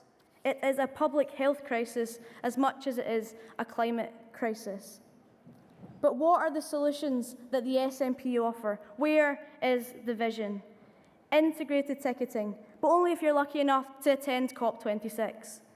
Free bus travel for the under-22s, but only if you happen to catch it on the news. And a Glasgow Metro proposal, but only if you choose to ignore the years of broken promises from the SNP. Conference, we need a just transition for workers and for our cities and towns too. We need vision and political will to challenge the idea that mobility is only and can only be about private cars. We need to be bolder and stronger. Instead of chasing headlines and snappy tweets, the Scottish Government should be empowering our councils to take real, speedy action on deadly air pollution, to take control of our buses, to ensure that our transition is a just one. Conference, there was a time when Scotland was a shipbuilder to the world and the centre of the industry was here on the Clyde. Yet today, Scotland's ferry fleet is ageing. Too many islanders live with the reality of an unreliable, outdated ferry fleet. Crossings cancelled, hospital appointments missed, businesses closed, opportunities denied. And the new, greener ferries promised to our islands, ferries Nicola Sturgeon launched on the Clyde 5 years ago, are still overdue and over budget. So Labour say there must be new leadership. Shipyard workers, transport workers and Scotland's islanders must have confidence that new ferries will be completed and that we can build a new generation of ferries on the Clyde. And there must be an independent inquiry into the SNP's ferry shambles. Conference, transport emissions are Scotland's largest source of greenhouse gases. The challenge before us to decarbonise transport and help people make greener journeys. A world-class public transport system, modern, affordable and easy to use, can drive modal shift. It can bring down emissions and truly level up our communities. And yet our public transport system is broken. Even before the pandemic came, passenger numbers were at a record low. Over 50 million vehicle kilometres have been stripped out of the network, and fares have continued to rise, up by a fifth over the past 5 years. A study co-authored by Philip Alston of New York University described 35 years of bus deregulation as a masterclass in how not to run an essential public service.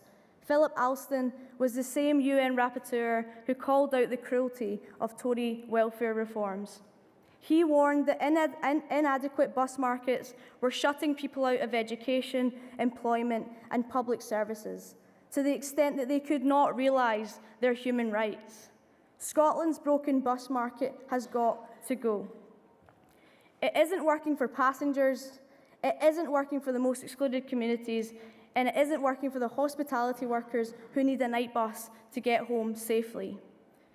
Thanks to pressure from our Labour and Labour and cooperative MSPs, amendments to the Transport Act have brought us closer to taking back control of our bus services that we have been in years. Whether it's Lothian-style ownership or London-style regulation, bus services that are publicly accountable achieve some of the best levels of passenger satisfaction in the UK. Labour mayors like Andy Burnham are working to transform bus networks in the north of England. If it works for Lothian, if it works for London, if it works for Manchester, then there is no reason why it cannot make it work for Glasgow and the rest of Scotland. Here in Glasgow, working with Labour groups across Strathclyde, we will work to take control of local bus services and make our bus network work for passengers and not for profit. Because of the SNP's decade of cuts to our local communities, it won't be easy and it won't happen overnight. It will require political will and it requires Labour leadership. Conference, a world-class transport system means world-class railways. We won the argument on ScotRail, the Abellio deal was dropped, and our national operator is returning to public hands. This should be a time for change, a time to use democratic control and accountability to reshape ScotRail. And yet the SNP will not commit to restoring rail services to pre-pandemic levels. They will not drop booking office cuts and closures that make our railways less accessible, that make passengers feel less safe. And shamefully, they will not rule out compulsory redundancies on the railways. It is a damning indictment of the SNP's record in office, and it is a damning indictment of the Scottish Greens. On the day the SNP and the Greens unveiled their coalition, ScotRail unveiled a consultation on unprecedented cuts to rail services, a consultation that has now resulted in the permanent loss of 1 in 10 services. The Greens put privilege and power before principle. It is Labour who are putting Scotland's passengers first.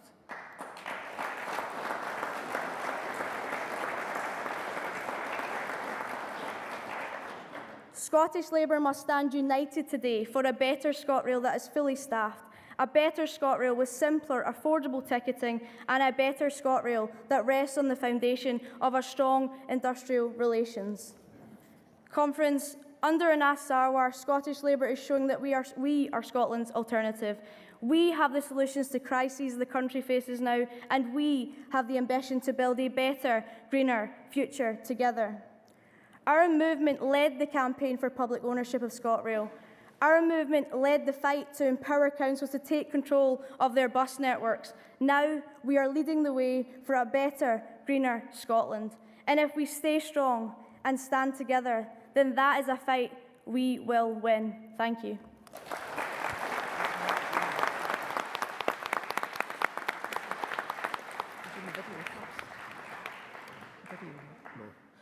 Yeah, do you want to come to the rostrum, please? Thanks.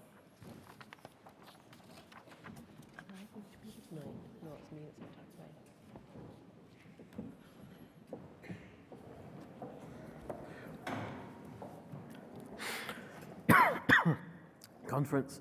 The point of order that I am raising relates to the CAC report and the standing order that allows us to speak on the report if we have a challenge.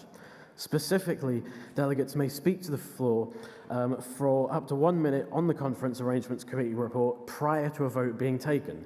We made a request to do this in writing to the CAC before conference today, which they received. Additionally, and I am unimaginably uncomfortable to have to disclose this on stage, but we also requested a reasonable adjustment for more time due to my health condition, as we did not believe 1 minute would be enough for this. Despite the written notice, we were denied the opportunity to speak on the report and were then told that we needed to have been more vocal during the report. Conference, we do not wish to be disruptive. We did not want to look like we were heckling and disrespecting the chair. As you can also probably tell, I am in no fit state to be shouting point of order. Therefore, Conference, if you agree with this point of order and uphold it, you will be able to hear our original challenge to the CAC report that we wished to speak on this morning, and you will be able to give our CLP our voice back. Thanks, Comrade. Thanks for your point of order. But I must advise you that the conference has passed unanimously the Conference Arrangements Committee report in full, so that's the matter concluded. But I will place on record for conference also the assurances that your CLP has had from the SEC and from the Women's Committee that there is going to be a full review of the selection procedures for Holyrood to ensure that we maximise the diversity of our candidates going forward. But the matter is concluded now, so we're going to move to the next item of the agenda. The conference is entitled to vote on this point, and I'm aware, Chair, that we cannot overturn what has already been passed by conference, and that we cannot re-vote on the CAC report. That is not what I'm asking with this point of order. It is that we are able to make the points that we deserved to this morning. No, I must advise that conference has accepted the CAC report, so unfortunately that is not possible. But you've had the reassurances. And we need to move on to the next item on the agenda, Comrade. I'm sorry.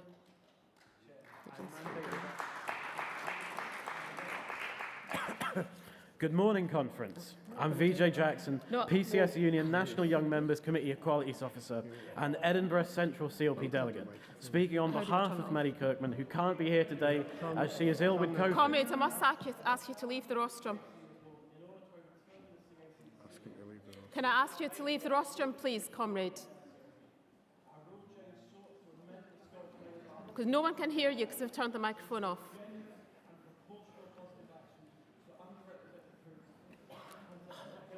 What we're going to do?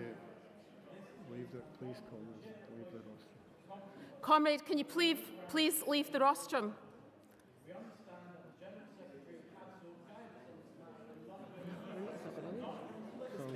Suspend the delegation. I'm going to have to suspend conference for a few minutes. Please, delegates. Conference is suspended for now.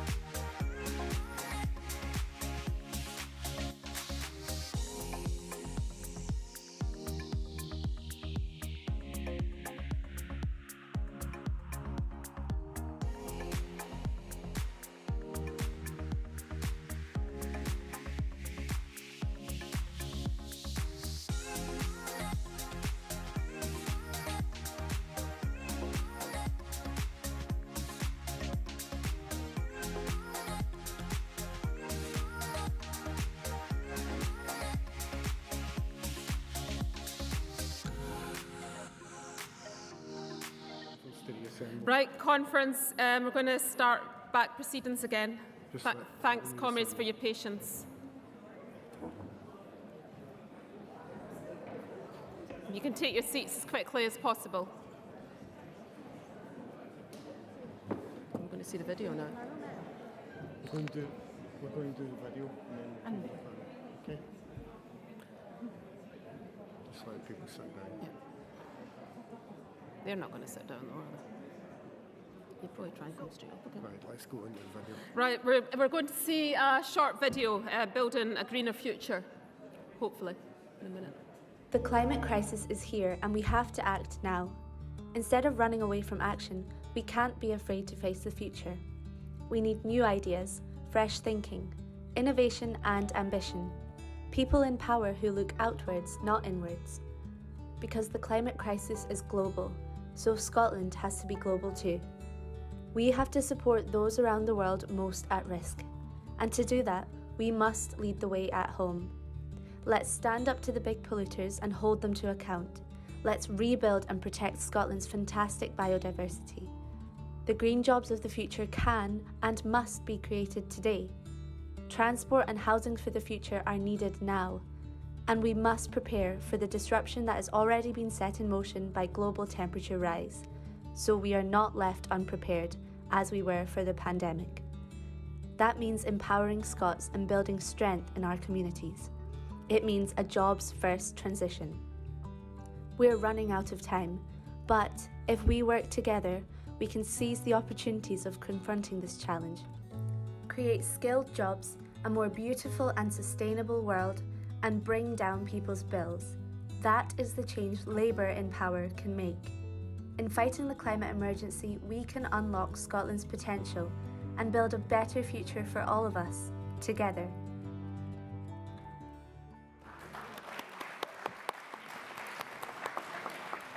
Conference, I would now like to move to the next item of the agenda, our Building the Future Together panel. Can I now welcome Anna Sarwar, Leader of the Scottish Labour Party, and our panel members, Jamie Mcguire, Elsie Greenwood, Brooke Ritchie and Taiva Khan to the stage.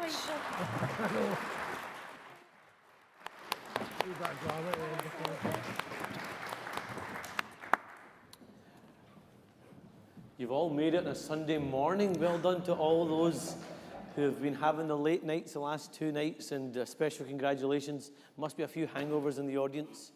Not looking at anyone in particular, Martin.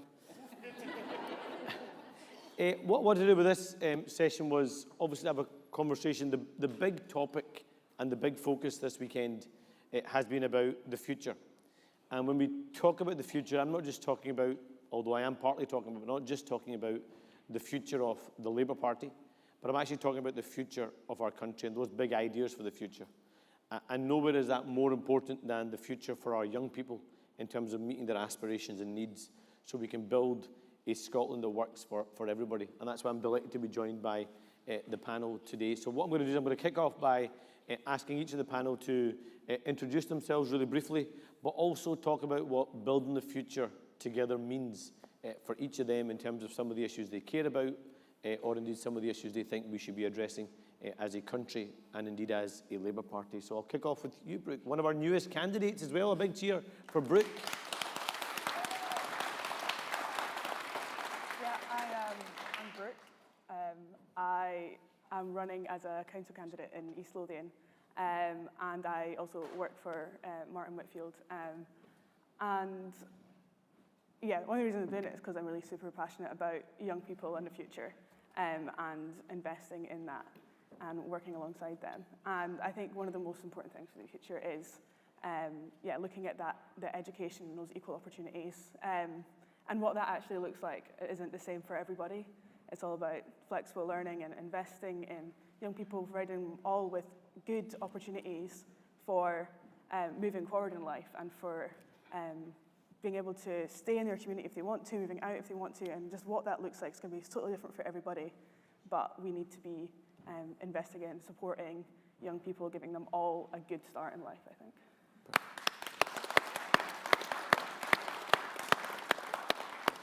Hi. My name is Taiva Khan. I'm part of the Southside CLP and also Scottish BAME. For me, the kind of push is to get communities and everyone to work together, more integration. Being in a country where we're so diverse in so many cultures and different backgrounds, I think we need to get in touch with everyone and just kind of integrate more and get to know each other's cultures more. So keeping the diversity as well as learning about each other. Perfect. Jamie, now I've got another one of our young candidates, so we'll give a big cheer for Jamie in a second, but also one of the best dressed young people as well is every single meeting I've ever seen Jamie, and he's always wearing a suit and a tie, and he puts me to shame, actually. So Jamie. And I learned from you, because I always see you with a shirt and a tie, so I'm just trying to replicate you. But I'm Jamie Mcguire. I'm part of Renfrewshire North and West CLP. I'm also in the Future Candidates programme, chair of Glasgow Labour. I'm working with Neil Bibby now, and just recently I'm going to be candidate for Renfrew North and Braehead for the upcoming council election.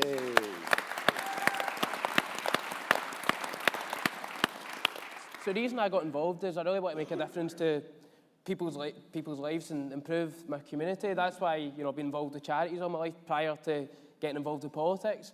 And especially with young people, as a university student, I feel like there's not that upward social mobility anymore because there's a lack of jobs. We've got this constitutional question, there's a lack of investment because there's so much, you know, insecurity and instability. So a lot of private companies don't want to actually invest in our country. And, you know, I want to tackle that. So, you know, young people aren't in that precarious work. They're not in a job for a year. You know, they're in a job for a life. Well done. Elsie. Hiya, I'm Elsie. I'm Chair of Scottish Young Labour and a university student in Edinburgh.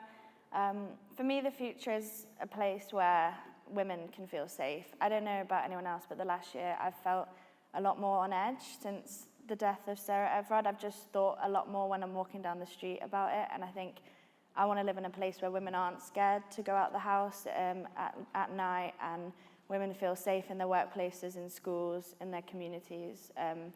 Yeah, so that a future is a safe future for women, for me. Excellent.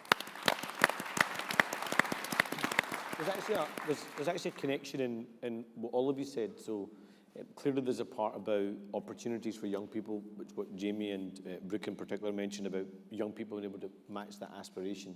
But actually there's a respect agenda around that as well, and that respect is partly people being able to live their lives the way they choose to live their lives, learning from each other, but also feeling safe, as you rightly said, Elsie, because there's so many people around our country who, because of their circumstance, because of their background, because of their demographic, have to think twice about whether it's a job they go for, whether it's think twice about the street they walk down. And that's not right in any place, but it certainly can't be right in 21st century Scotland. So I think that's all really, really important issues. I think you guys have also got some questions for me, so feel free to fire them towards me, and I'll, if I don't know the answer, I'll just fire them straight back at you. Who's going to go first? Taiva, on you go. Me? Okay, so my question is, mental health has been such a major kind of play in the last 2 years. So before the last 2 years, there was, you know, long wait periods to get into kind of any help for mental health, to the point where by the time you get help, you're so far along. In the last 2 years, it's gone even worse. So what is the Labour Party, and what is their view, and what's their vision for that? Yeah. So I think so we all know we're in the midst of a current pandemic. And I honestly think we know what the next pandemic is going to be. It's a mental health pandemic. And if you think about, for people that have a challenging home, school or the workplace was often their respite. And if you think about people that had a challenging school or workplace, home was often their respite. And what happened during the pandemic was home and work, or home and school, became the same thing. And then you add on top of that the layer of your mobile phone. Now the bully follows you everywhere. And that challenge that you have follows you everywhere. And I don't think we as a country have yet understood that and are doing the necessary things to address it. So part of it is making sure that we understand the challenges people face and we root them out before people get into a mental health crisis. But if they do get into a mental health crisis, how do we make sure it doesn't impact their life chances for the rest of their lives? So if you think about a young person, if they have a crisis in their mental health in 4th year or 5th year or 6th year at school, that will impact their performance in their exams. That will impact their performance in terms of their results. That will then impact whether they get into a college or university place. And that will then impact on the jobs they go on and do in their life. That will have impacted them on them forever. So that's why I think it's really important that we have mental health support, yes, in schools. So that's not just in secondary schools, but also in primary schools. We have mental health support in workplaces across the country. And we have mental health support in college and university campuses, as well as in every GP practice across the country as well. That's going to require investment, so putting money where it needs to go in our National Health Service. But crucially, it's going to mean having a workforce fit for the 21st century as well. And if you look at the vacancy rates we have across our National Health Service, it's simply not acceptable or credible. So that part is really important. And then the wider frame about society and the impact society has on people, that's partly inequality. Inequality does drive issues around mental health. It's about poverty. Poverty does drive issues around mental health. It's about access to the jobs market. Not being able to fulfill your ambition and be able to provide for your family does impact on your mental health. And that's why and also our politics actually. If you think about that divisive politics where there's no grey area, everything is black or white, everything is absolute, that also drives negative mental health. And I think it's honestly on us as a Labour Party to change the way we do our politics, to change the way we think about how we deliver our public services, and to prioritise people living good, happy, healthy lives, fulfilling lives is central to who we are as a political movement and a political organisation. That's how we'll address that very, very important question that you asked, Taiva.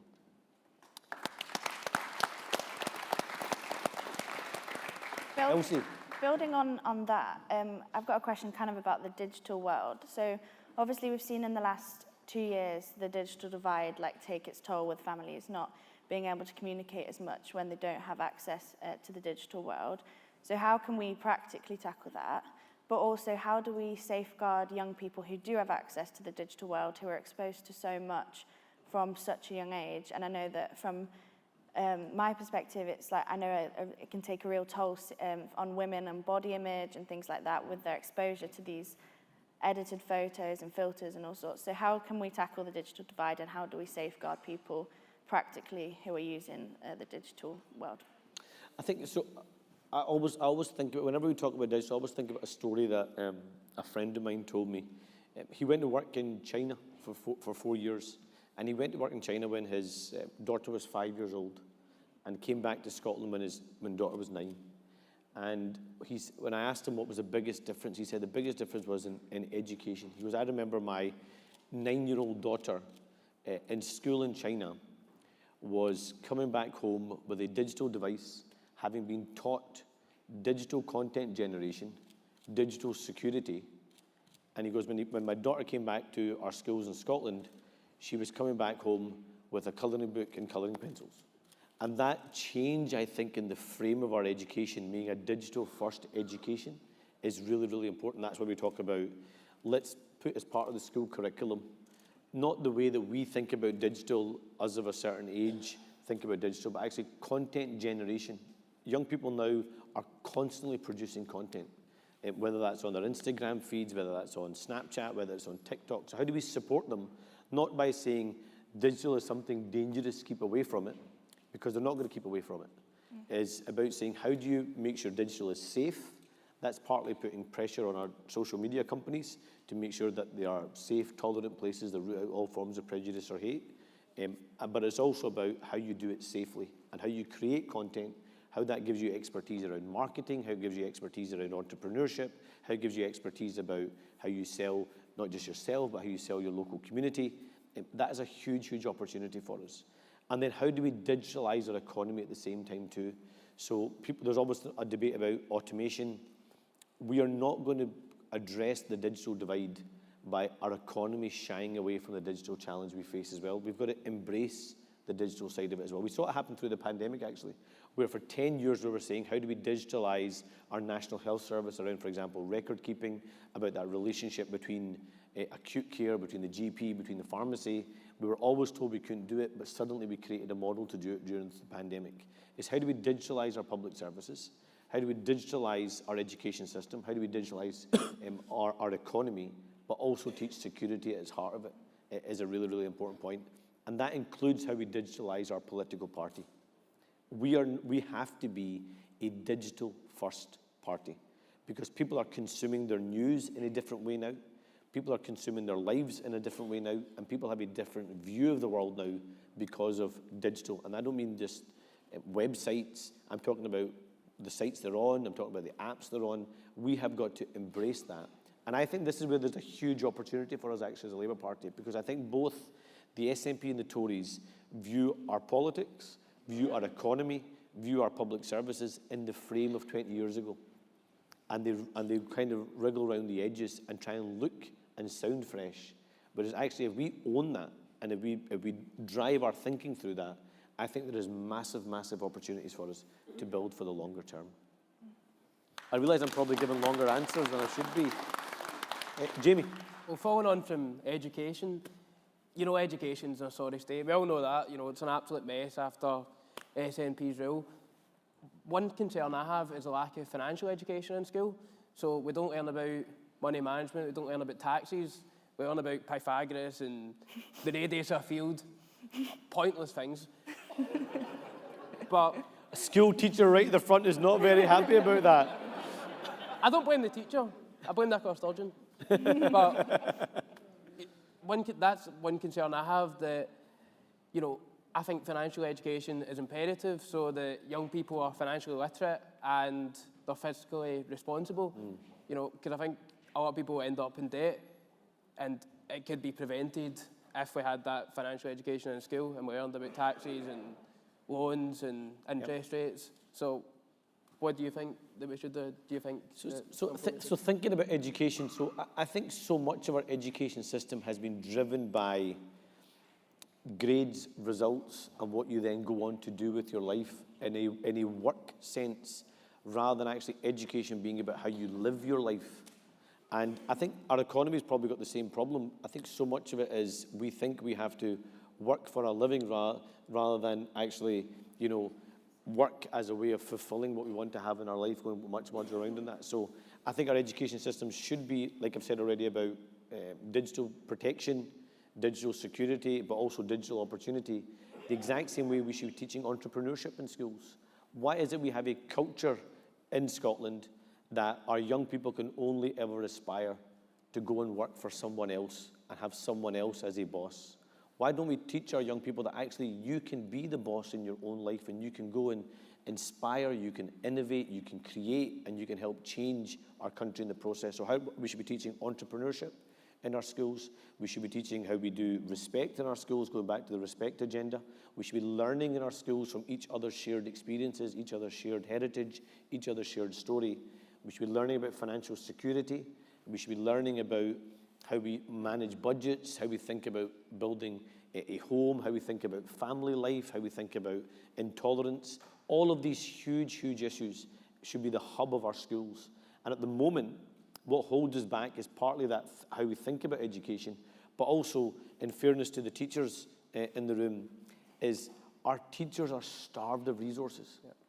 If you think about our schools, we starve our schools of resources so bad that there are teachers round about the country who are spending their own money to bring resources into the classroom, whether that is pencils, whether it is books, whether it is jotters, whether it's anything else. But also teachers are having to go out and think about creative ways of doing education in their schools. Why don't we partner our schools with our local businesses, with our local workplaces, with our local trade unions, with our local public services, and actually use schools as a hub to teach young people how to live their lives and live their lives well? Yeah.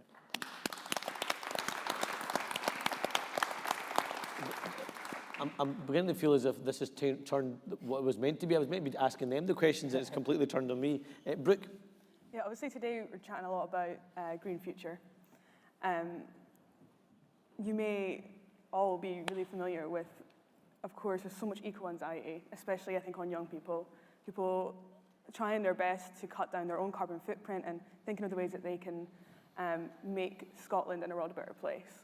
But there's only so much individuals can do, and actually it needs to be the governments that are holding businesses to account, and it's that is going to ultimately make the difference. So how is Scottish Labour, how are we going to be putting our money and our policy where our mouth is? Because Scotland talks a big talk about a green future, but we're not actually doing it. So how would we be pursuing that in the future? So I think it's part of it. I think individual responsibility is part of it. But if we're honest, if we leave it to individual responsibility around the climate emergency, we'll be tinkering around the edges rather than actually making the structural change we need. And the problem I think we have right now is it feels like we're giving people a choice. You can either choose to support the economy or you can choose to support the planet. You can either choose to have an energy industry that gives you financial security, that gives you affordability, or you can choose to save the planet. And the reality is the public will not buy into a climate change agenda if you tell them you're going to lose your job, your bills are going to go up, and things are going to get worse. You're only ever going to get people to buy into the climate emergency if they see that their life is going to get better as a result as well. So yes, save the planet, yes, save the environment, but actually it means my bills are going to go down. It means I'm going to get a better job, a better paid job. It means my children are going to have more opportunities. And so how we rethink and reshape the economy is a huge part of that. Part of it is, yes, business responsibility. So just like we should use procurement around, for example, driving change in wage, driving change in conditions for workplaces, we should also be using our billions of pounds of procurement budgets to say we will also support those people that are helping to address the climate emergency at the same time as well. How do we make the major investments? So take the ScotWind project as a perfect example. That was £700 million coming to Scotland over the next 10 years, but we've sold it off on the cheap, and we've sold it off to companies that have really, really serious human rights abuses and violations in other parts of the world. Serious human rights violations in other parts of the world. We've sold it to publicly owned energy companies of other nations when we don't have our own publicly owned energy company ourselves. And then all the supply chains that are going to come from building the ScotWind projects, all of the components and all the pieces, or the majority of the components and pieces, but all of the wind turbines are going to be built abroad rather than built here in Scotland. That is a complete failure to economically plan. So the ScotWind project is a great example of how we could confront the climate emergency, meet our energy needs, bring down our bills, and create tens of thousands of jobs in the process.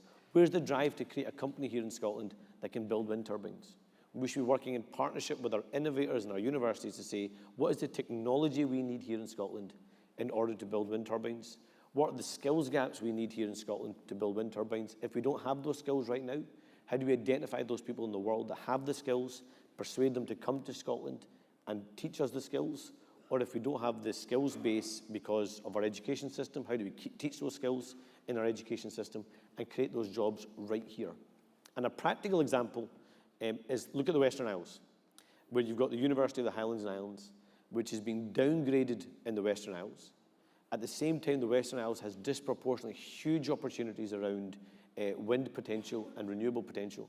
Why aren't we investing in the Western Isles to build world-leading wind farms that can capitalize on the huge potentials around wind and their energy supply? Why aren't we alongside that teaching engineering posts on the Western Isles and the University of the Highlands and Islands? That attracts people to go to the Western Isles to study, to live, take their families with them. And then you keep people on the island by saying, once you've learnt those skills, you will go and work in those industries on the Western Isles. And imagine the transformational impact that would have on that one part of our geography, but also what that would contribute then wider to our planet, but also our energy supply here in Scotland. That's the kind of big ideas and big thinking that we need from our governments here in Scotland, not endless arguments that could fund many a wind farm over many a year about the Constitution, but instead the big ideas to change our country in the process. And we can't wait for the SNP and the Tories to get it right. That's on us, the Labour Party, to come up with the ideas, to persuade people of the argument, to get into government so we can actually deliver it, save our planet in the process, but also rebuild our country in the process too. How are we for time? Fine. Yeah, you've got another 7 or 8 minutes. Great. So now I get to ask you guys the questions in response. If there was one big idea that you thought would help capture the imagination of young people across our country, what do you think that one big idea could be? Look at that. Look at the look in their faces now. Who's going to go first? Jamie, you're going to go first. I'm going to pick on you. One big idea. This is difficult for me because I come up with like 10 ideas a day. So I was trying to make them concise. All right, give me the top three. Top three. So top 3 ideas. You've talked yourself into giving more than one idea now. You realise that, don't you? Guaranteed a graduate job at the end of university.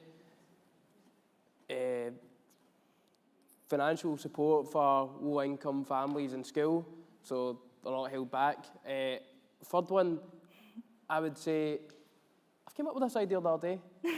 So I thought, like, now for people in low income in schools, and especially in the areas with the Scottish and SIMD, where are quite low, maybe having like a tutoring programme that would get that one-on-one support, because obviously in the more deprived areas you tend to have bigger class sizes, and obviously they'll have less support.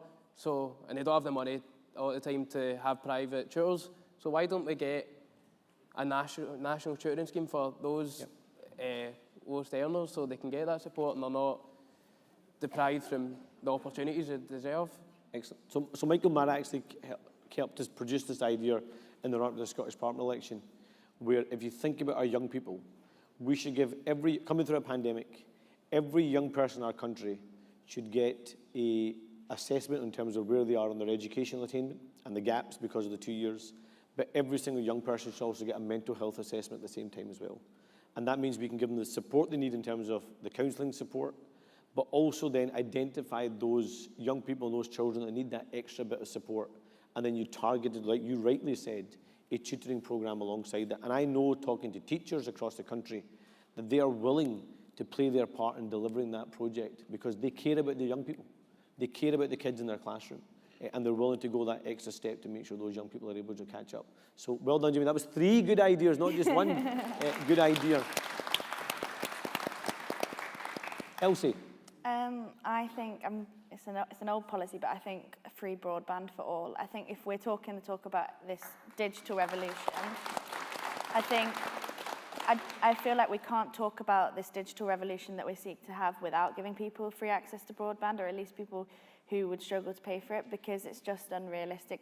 I think, like, you saw kids during the pandemic who were waiting 6 months before they got an iPad to work at home. And I mean, 6 months when you're that age is a really big deal. That's going to impact these kids now for the rest of their schooling life if we don't address that. So I think it's, free broadband for all. It's also, like, we want to give people a free device, but if you don't give them the accessibility to get online and you don't give them the apps that go alongside it, then the device is not going to be worthy of what it's there to do. So I think that's really, really important. I know the CWU members in particular really like that policy, and a shout out to the CWU members there as well. Taiva? I think my idea is a bit out there, but We like out there ideas. I would really like to see the whole education system revamped completely from scratch. So as I walked into this auditorium, the first thing I did was I measured the perimeter of the stage. That was what I learned. So I don't want what that. is the I don't want that for the future. I want people to come in and know about, again, the financial aspects of life. I want people to know and come and learn how they should be treated as individuals, how they should be learning about their environment and making that change from the very start. So it's not about, it's like at the start, when you're born, that's when you're molded into who you are roughly. So if we start from there and we build our education system to have good, well-rounded human beings, we're more likely to have a better future. Very well said. Very well said. Ruth? Mine's kind of education-based as well, but it's about, I talked about already, positive outcomes for every young person and how we can actually do that. And it's got to look like changing the education system. I think there's so much potential in the CFE as originally designed, and actually we're not implementing it because we're not focusing on education. And it has the potential to provide flexible learning for every young person to, we need to change what that looks like and what's actually included in the curriculum. But it also, positive outcomes for every young person, it also looks like tackling poverty and broadband issues and all of that in order to give them the best possible start in life. If we want to see a future that's different for Scotland, we've got to invest in the young people that are going to shape that future. And there's obviously so many policies that fall under that point, but guaranteeing positive outcomes for young people, it looks like college, apprenticeships, and putting actual funding into all aspects, not just university, not just jobs. It has to be everything, because they're all positive outcomes. They're all good things where we want our young people to end up. And we can't just focus on one. We can't just focus on one group of young people. We have to focus on everyone. Absolutely. I think that final point in particular is really, really important, that we can write off any young person or any child across our country. So we were right to have the drive, I think, when we were in government, to try and get more people to go to university, to drive university attendance up to 50% going into university. But it kind of sometimes felt as if we were saying, that's the 50% they're going to make it, and the other 50% kind of go and fend for themselves. And I don't think that's the way we can do education going forward. I think our economy has also changed, where when Our older generation were engaged heavily in the economy. Lucky maximum, they had 3 careers in their lives. Our generation, I've already had 3, have many careers in their lives, probably 6 or 7 careers in their lives. Young people that are coming forward might have 10, 12, 13 careers in their lives. And where do we make sure that every young person gets, first of all, a first opportunity, but then how do they get that second, third, fourth opportunity as well? And I think for so often, it feels like young people don't get that first chance. And then if they do manage to get that first chance and something doesn't quite work out, it's just as if they're written off. And I don't think that's fair for any young person. And that then goes back to the mental health arguments you were talking about before. It then impacts on our wider economy because that person not able to contribute to the wider economy, not able to deliver for their family. That then leads on to the inequality and the injustice and the poverty argument as well. So it's all absolutely connected. And it's all connected to young people being able to meet their aspiration, to be able to live their lives the way they want, with dignity, with respect, but also with a chance to provide for themselves and their family fundamental labour principles and labour values. I'm just going to end on one last point, and then I'll hand back to Cara, which is so often when people think about, particularly in recent years, when people think about the Labour Party in Scotland, or indeed in the UK, but particularly in Scotland, they think, they have this nostalgic view of the Labour Party of, yes, the Labour Party is a party that has got a proud tradition, a proud history. Yes, they achieved great things for our country, but actually what do they mean for the future of our country? And I think if you listen to the young people on this stage today, it demonstrates not only a really, really bright future for the Labour Party, but actually a really, really bright future for our country. And that's why I honestly believe the best days for our party and our country truly do lie ahead of us, but we've got to be the ones that go out there and grasp it and change our country in the process. Thank you, everybody. Well done, Paul.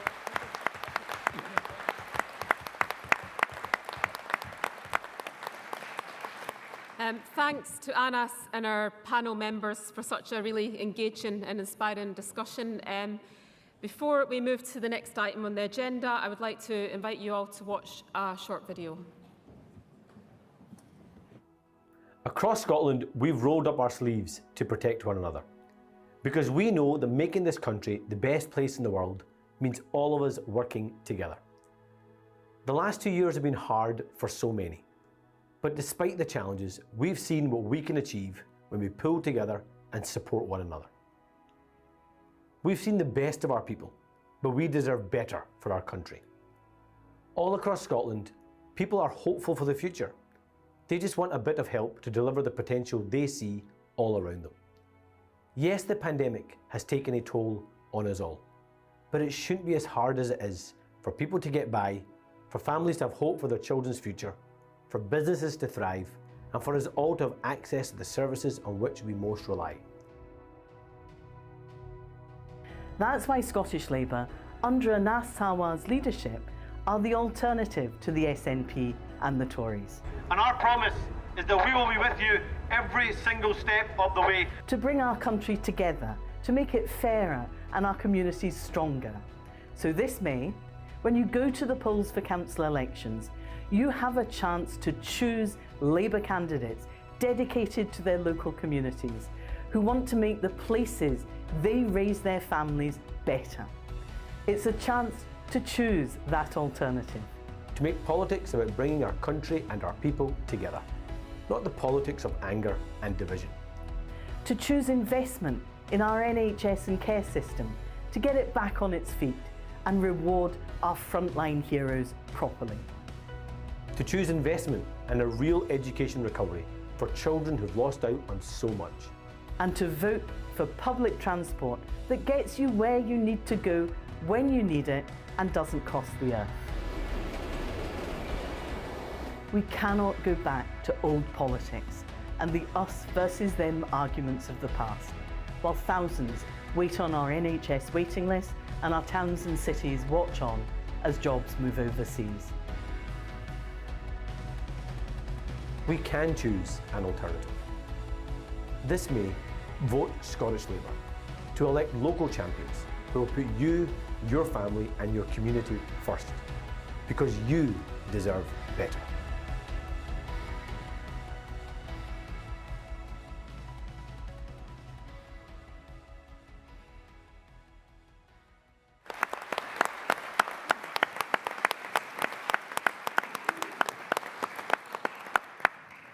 Conference, can you now please welcome the Deputy Leader of the Scottish Labour Party, Jackie Baillie.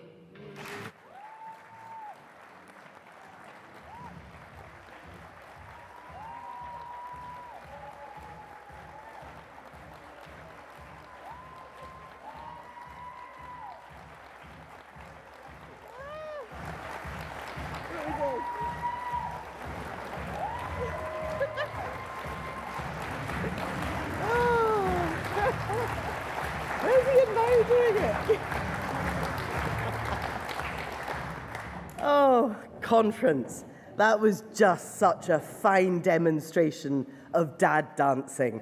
Thank you very much, Anas. Conference, Jackie Baillie, Dumbarton CLP, 6-time constituency winner, first-time deputy leader.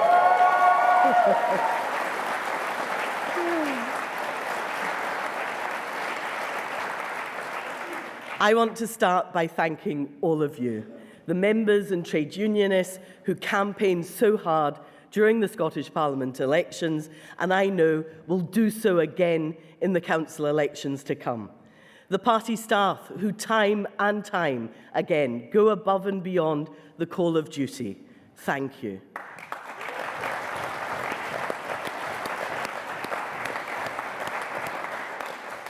And thank you to my own campaign team for helping to keep Dumbarton red. And let me also say thank you to Jim Sillars.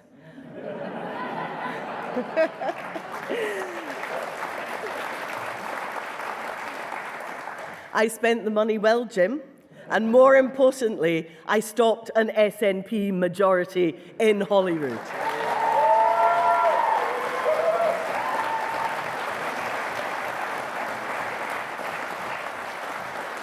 Conference, after 2 hard years of the pandemic, it genuinely is wonderful to see you all together here over this weekend. A chance to see old friends, and if the red eyes in the room are anything to go by, the chance to make a few new ones in the bars as well. But the camaraderie, the solidarity in this room are a joy to behold. And it is this spirit of ambition, this spirit of optimism that we will take forward with us into this year's elections.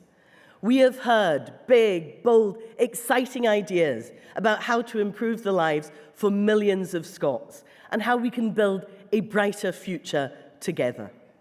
We all know that the last few years have been difficult for our party and our movement. But Conference, nobody who heard Anas Sarwar or Keir Starmer this weekend will be in any doubt at all. This is a strong, united Scottish Labour Party ready to take on the shameful SNP and Tory governments.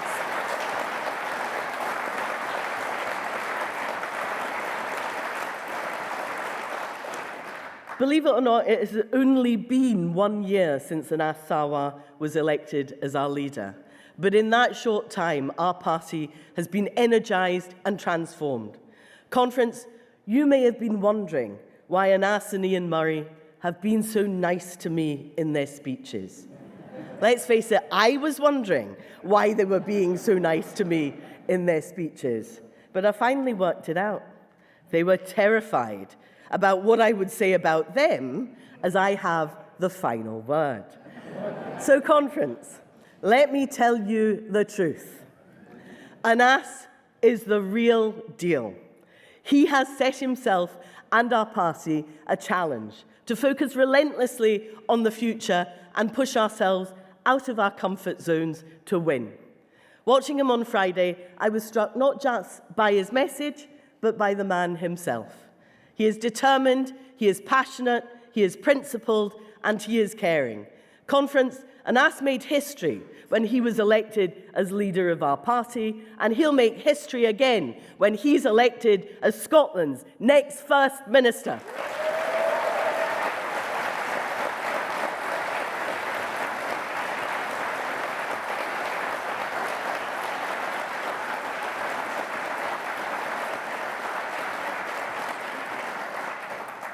Our party has regained its self-confidence, regained its pride and vision, and is now ready to take on the SNP and the Tories.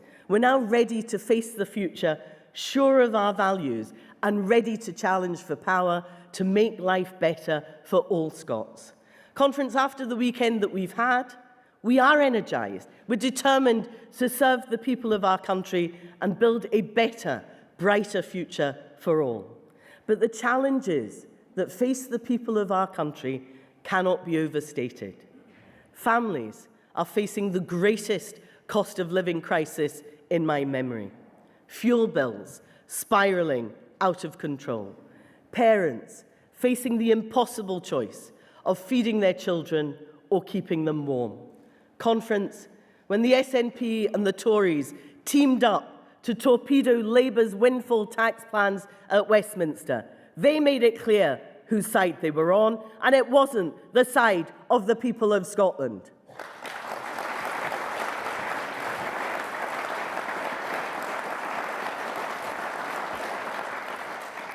And if you needed it, this is just more evidence that Boris Johnson's scandal-hit Tory party is not fit to lead our country.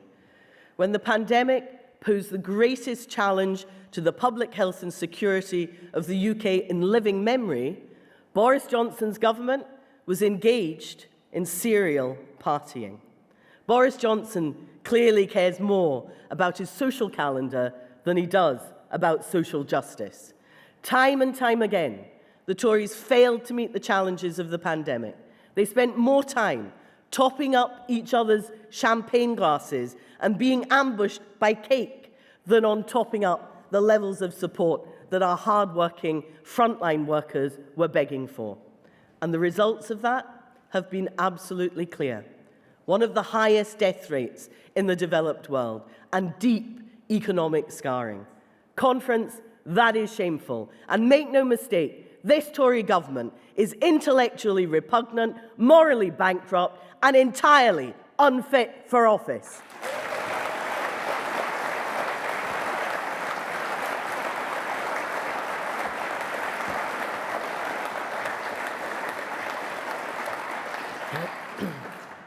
But when the people of Scotland most needed a devolved government on their side, the SNP threatened to outdo the Tories in incompetence.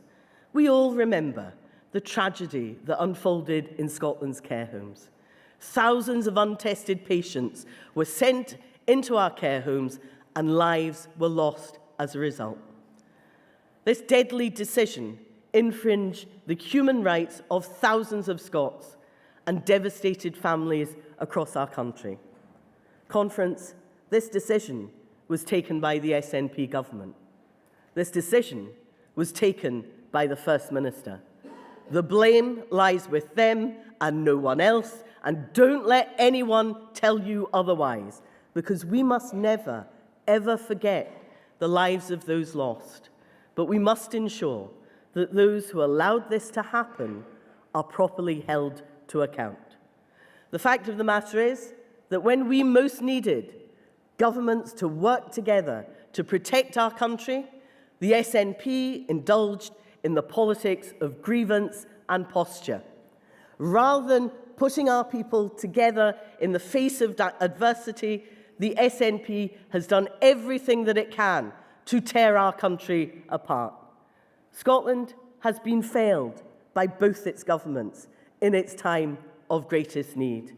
And even now, Conference, the people of our country are being let down. 1 in 4 of Scotland's children are living in poverty. 1 in 8 of our fellow Scots are languishing on waiting lists. And there has been a huge and unprecedented fall in life expectancy in Scotland. We are now bottom of all 4 nations. Conference, that's what happens after 15 years of an SNP government.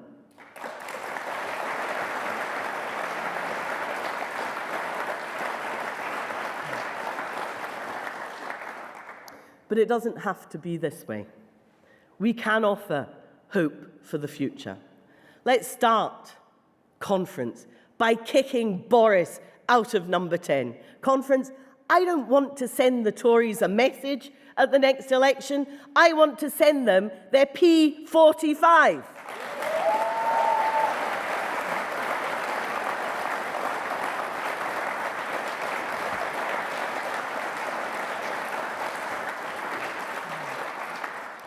Labour, under the effective leadership of Keir Starmer, is sitting ahead in the polls. There is a very real prospect that we can replace the Tories. We can build the kind of decent society the majority of Scots want to see. And by working together, we can do it now. We can be bold, progressive in our politics, ambitious for our country and its people by electing a Labour government. Conference, I love Ian Murray. I do. He paid me to say that. He genuinely does a tremendous job holding the Tories and the SNP to account. We are lucky to have him on our side.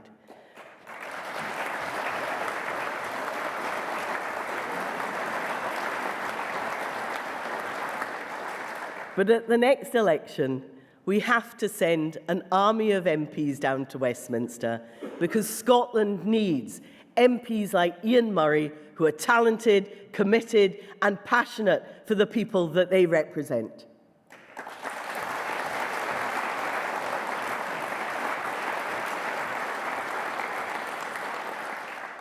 Conference, the SNP has had 15 years to prove that they care about anything else other than their divisive constitutional agenda. Instead of focusing on rebuilding the country, instead of focusing on getting public services working again, instead of focusing on catching up on the lost opportunities for our young people, the First Minister's focus is on splitting up our country. Her government is proving to be incompetent, inward-looking, with no ideas or vision for the future. And Conference, Scotland needs to be rebuilt, and only Scottish Labour can do that. We are focused.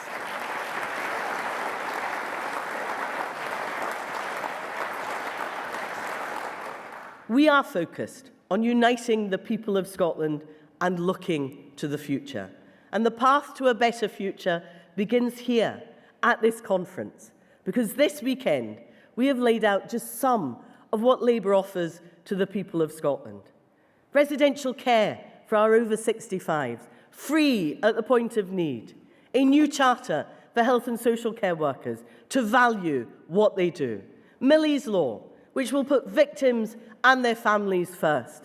A commission on how to end child poverty. New opportunities for our young people in a digital age. And unashamedly, pro-business, pro-growth and pro-jobs. Conference, Scottish Labour is determined to build a better future, a future that we can all be proud of.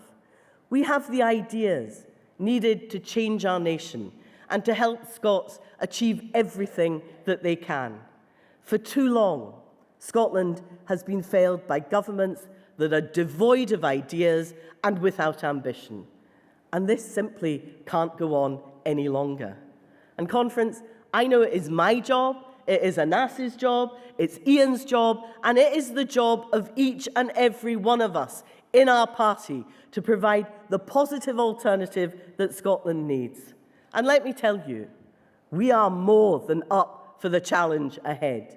This May, the people of Scotland will go to the polls to elect councillors, Labour councillors who will serve your family, your community and your country. And Conference, we must seize this chance to elect as many Labour councillors as possible. Working with our colleagues in the trade union movement, we will fight for fair funding for local government.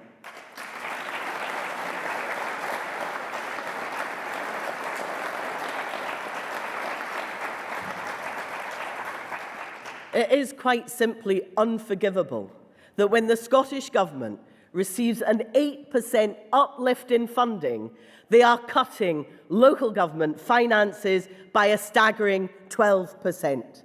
And we know that Labour in power in local government changes lives and transforms communities. Let's take our message of optimism and hope for the future to the people of Scotland. Let's fight for better services, better funding, and a better future for every community in Scotland. Let's fight for Glasgow which has been failed by an out-of-touch SNP administration.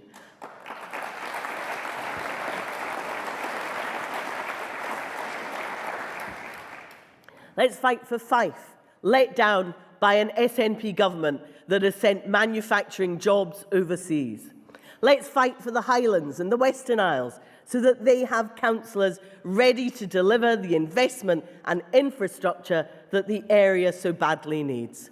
We know the difference Labour in local government makes. We've seen it in action in North Ayrshire, in Inverclyde, in North Lanarkshire, East Lothian, West Lothian, Mid Lothian, Edinburgh and Aberdeen. Let's take our message of hope to every community across the nation and let them know Labour is on your side.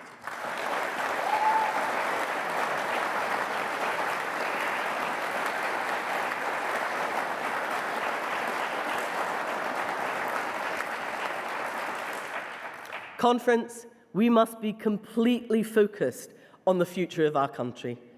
Our Labour Party is a movement, not a monument, and it is our duty to ensure that we are presenting the people of Scotland with a viable and strong alternative to the Tories and the SNP. But for us to build a better future, we should also recognise our past achievements. Never forget that we are the party that created the NHS. Never forget that we are the party that developed the modern welfare state that has kept millions safe and well over decades. Never forget that we are the party that established the Scottish Parliament, restoring Scotland's Parliament after 300 years. And never forget that we are the party that took the UK into NATO, the organisation that now stands on the side of the free world against the tyranny of Vladimir Putin.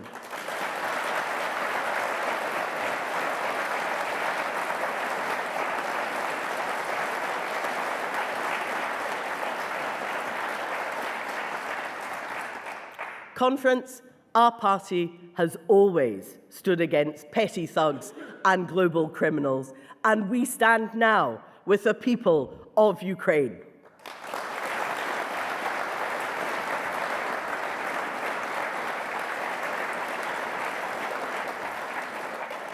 But it is simply not enough for us to reflect on past glories.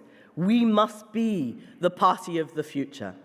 The Tories, with their politics of privilege and prejudice, and the SNP, with their nationalist obsession, they're stuck in the past. Every principle of the Tories, every principle of the SNP are the principles of the past. They stand for separation, we stand for unity. They stand for inequality, while we stand for equality for all. They want to define people by where they were born. We define people by the contribution that they make. They represent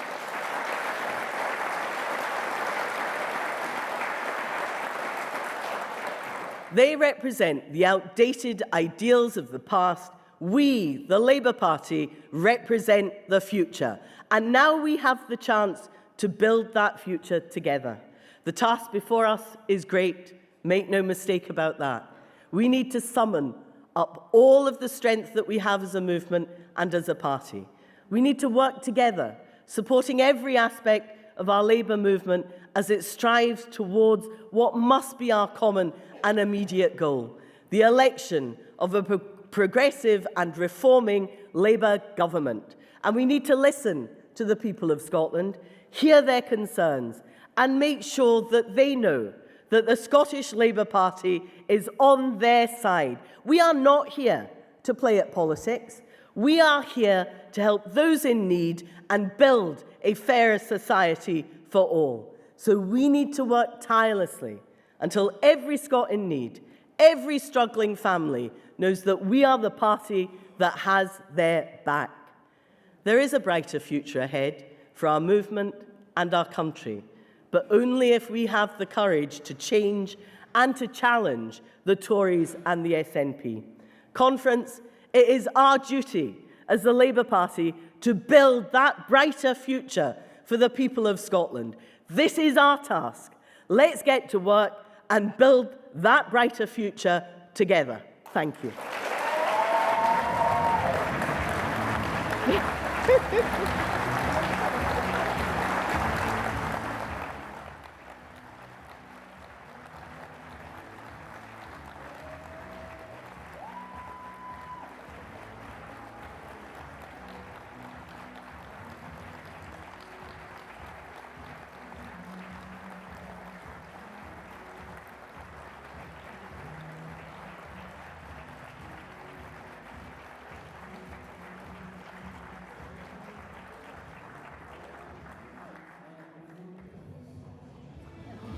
Thank you, Jackie, for that really excellent speech. Conference, before we finish this morning's session, delegates will be invited to vote on the motions debated earlier. Votes will be by show of hands, and as a reminder, the motions are in Appendix 1 of the CAC Report 3. Can I ask all those in favour of Composite Motion 1 on Transport Railways, submitted by ASLEF, Edinburgh Northern and Leith, CLP and TSSA, to raise their hands, please? Thank you. Is there anyone against? That's unanimous. Thanks. Can I ask all those in favour of Motion 1 on Energy Community Owned, submitted by Inverness and Nairn CLP, to raise their hands, please? Thank you. Is there anyone against? That's unanimous. Thank you. Can I ask all those in favour of Motion 2 on Transport Clyde Metro, submitted by Glasgow Anniesland CLP, to raise their hands, please? Thanks. Is there anyone against? No, that's carried unanimously too. And finally, can I ask all those in favour of Motion 3 on Energy Offshore Wind, submitted by Community, to raise their hands, please? Thank you. Is there anyone against? That's unanimous.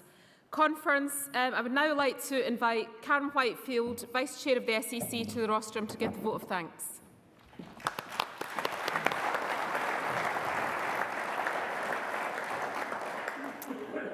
Thank you, Chair. It's a pleasure to be here in Glasgow for the 2022 Scottish Labour Party Conference, our first since 2019. And I think we can all agree that it's been a real success. Over the course of the weekend, we've heard from Anas Sarwar, Keir Starmer, Ian Murray, Jackie Bailey. Following her is absolutely going to be tough this morning. Our MSPs, councillors, candidates and members. And I think we can all agree that this weekend we've demonstrated that Scottish Labour has a vision for the future. One that isn't about blaming others for what we can't do or what we won't do, but it's all about doing what we can with the powers that we have to make our communities better. Demonstrating what we can do in local government and what we will do if people in Scotland will join with us and elect a Labour government. These are difficult and worrying times for people here at home and particularly in Ukraine. And I want to reiterate Conference's solidarity with the Ukrainian people. This weekend, Scottish Labour has begun to demonstrate how we are changing to meet the challenges that our communities are facing. I'd like to begin by thanking the Conference Arrangements Committee, who ensure that our conference runs in accordance with the Scottish Labour Party's constitution, and without whom conference quite simply wouldn't have been possible. It's been a particularly difficult conference for the CAC this year, with some of their members sadly facing illness. And I'd like to give my thanks and the Scottish Executive's thanks to those members of the CAC who have willingly taken on additional responsibilities to make sure that our conference has run smoothly and competently.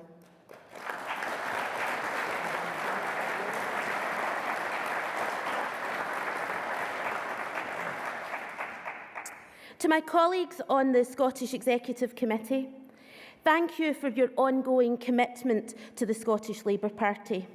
SEC members have dedicated many hours over the last 2 years in Zoom meetings, ensuring that the party continued to function, was able to run an effective Scottish Parliament election campaign, and has begun the vital work of preparing for this May's council elections. I'd like to say a particular thanks to those members of the SEC who are stepping down. all of whom have been committed to our party, and I'm sure, even although no longer in the Scottish Executive, will continue to dedicate much of their time to ensuring Labour victories across the country in May's elections.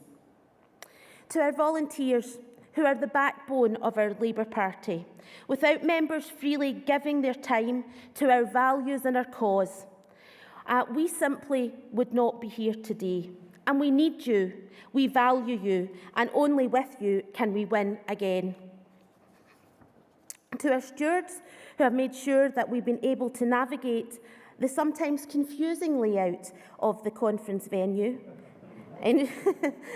ensuring we were all where we had to be, when we had to be. Our stewards are volunteers too, and I think it's worth a particular mention that they gave their time and weren't here in the hall with us to make sure that we all were able to get the most out of conference this weekend.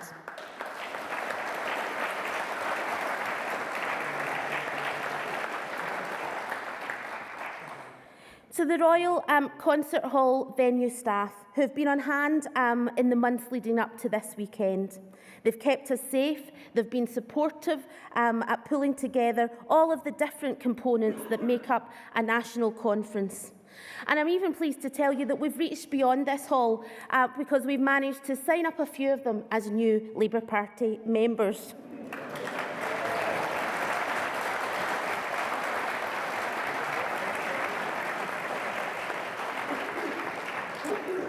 To the tech team for ensuring that there have been no technical issues. Our speakers have been mic'd up, our slides have run in the correct order. Daniel Johnson was able to remind us it was the economy stupid yesterday at the right point.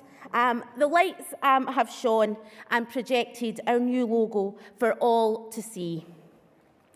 This conference just would not have been possible without the Labour Party's staff. This is James's first conference as General Secretary. I can't say it's your first conference, James. Too much of a veteran for that to be the case. However, I'm sure that even as a veteran of our party, you'll have seen conference in a very different light this year. And it's possibly contributed to you having even just a few more grey hairs than you had at the start of this process. James, you've got a tough job to do, but you're making us all proud.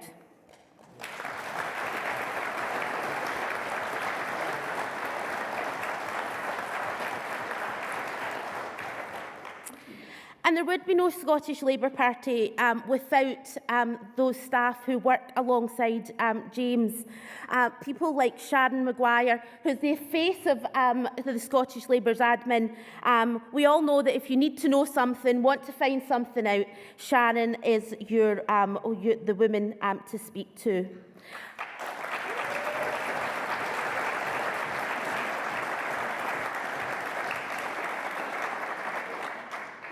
And then we have our team of organisers, Faye, Kieran, Craig, Kayleigh and Gavin. All relatively new, all completely dedicated to the work of the Labour Party. They have worked their socks off this weekend. They've worked their socks off in the run-up to this conference, not only doing everything associated with conference, but doing their day job too. Thank you to them.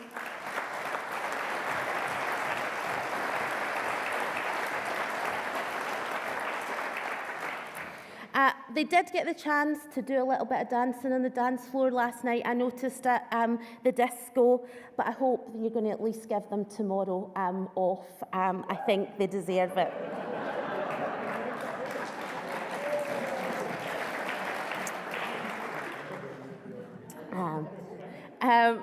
And I'd also like to mention Anasi's staff, his team, Kate Watson, and those who work and support Anas in Parliament. Thank you to them for all that they do.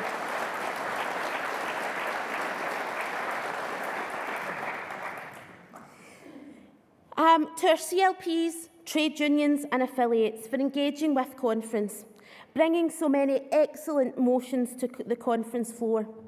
I'd like to mention in particular the cooperation between constituency Labour parties and the trade unions working together to bring composite motions.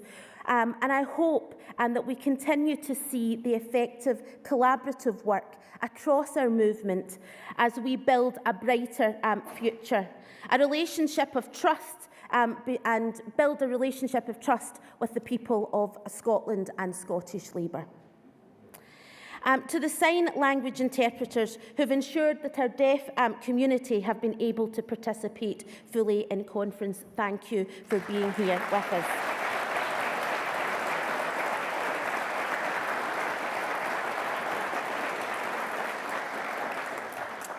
To all the movers and seconders of motions and the speakers in debates, it's clear that members have dedicated time to preparing their speeches and contributions, which have been passionate, thoughtful, and demonstrated that you recognise the issues that matter in our local communities, the length and breadth of Scotland, and that you have the determination to identify the solutions to make those communities better places to live and work. To you,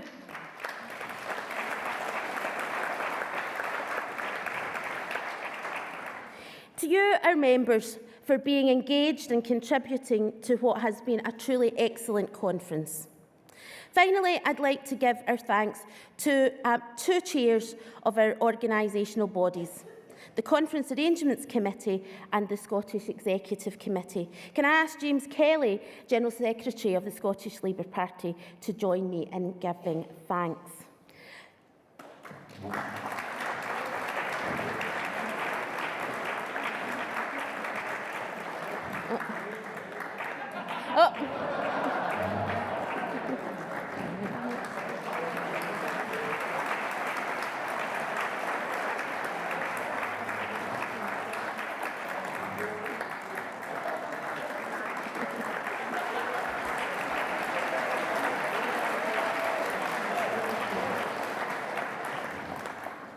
Well, the first time we went off script there, James, you were supposed to come up here and join me.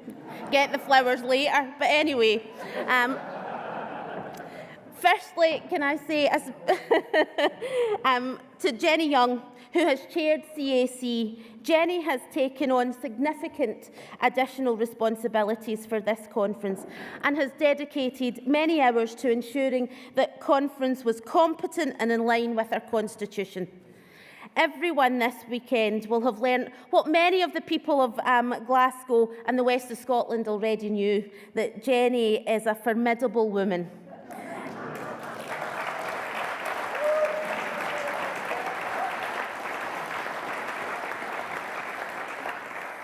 And a very feisty chair of any Labour Party meeting whenever one has to be held. Secondly, I'd like to say a special thank you to Cara Hilton, Chair of the Scottish Labour Party. Cara has been Chair of the party since 2019. Her term of office has been slightly longer than most chairs, but despite that, her commitment to the party has never wavered, nor her determination and dedication to working hard on all of our behalf. And we simply can't thank her enough. It's not surprising then that Cara's children, unlike other children perhaps in Scotland, like to play at Labour Party meetings. Not normally the case, but maybe it's a new trend that's going to have started in Dunfermline and spread out across the country. Over her time as Chair, Cara has always ensured that everyone in the Scottish Executive had an opportunity to speak and that consensus could be reached wherever possible. And I think that we can all agree that Cara has been an excellent Chair of our conference this weekend.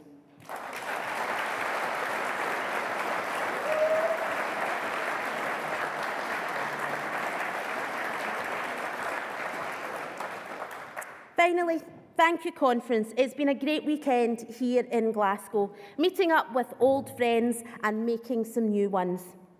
The weekend has inspired us all, and it's that inspiration that will keep us going in the election fight that lies ahead. It may not always be as sunny as it is in Glasgow today, but it's the inspiration that we've gained this weekend that will ensure and that Labour's message for a brighter future gets to Scots in all parts of Scotland who so desperately need a Labour government. Thank you.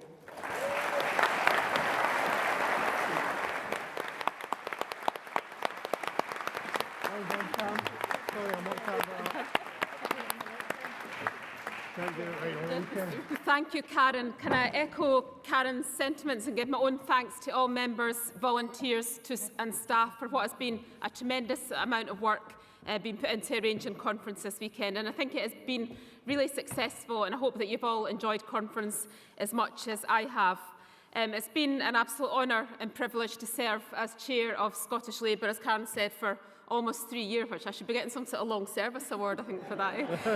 So I know that it's been a difficult few years, but I'm really confident things are moving forward and that we are starting to move forward as Scottish Labour.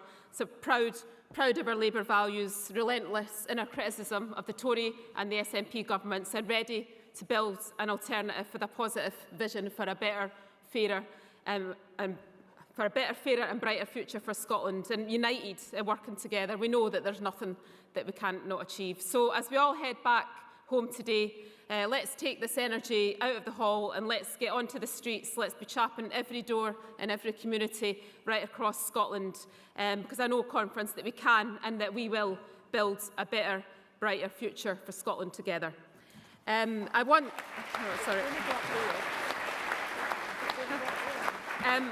to wish Karen all the best as she takes on the role of Chair of the party. It certainly can be a difficult job, but I know that she's more than a match for the challenges that it brings. And finally, after a adjourned conference for the final time, I'm so pleased that we're going to be joined on the stage by my amazing mum, Cathy Peaty, who's going to be, as is the normal Scottish Labour Party tradition, leading us in the red flag. Conference for the final time this year. Conference is adjourned. Cathy, if you want to come to the rostrum.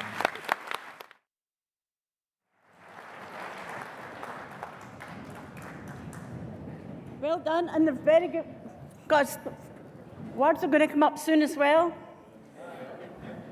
I think this is really important, that this party continues to sing the red flag at the end of conference. And I'm so proud of so many people here. There's me to try to sing it by half a dozen folk at the back. So it's quite nice. The people's flag is deepest red, it's shrouded of our martyrs dead, and ere their limbs grew stiff and cold, our heart blood dyed its every fold. Then raise a scarlet standard high, beneath our shade we'll live or die. Though cowards flinch and traitors sneer, we'll keep the red flag hanging here. With heads uncovered, swear we all to bear it onward till we fall. Come dungeons dark and gallows grim, this song shall be our parting hymn. Go for it. Then raise the scarlet standard high, beneath its shade we'll live or die. Though cowards flinch and traitors sneer, we'll keep the red flag flying here. Thank you.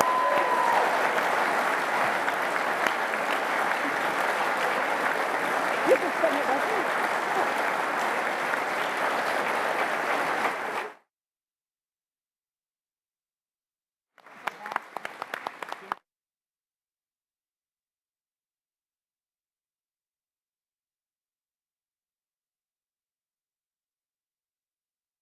Really?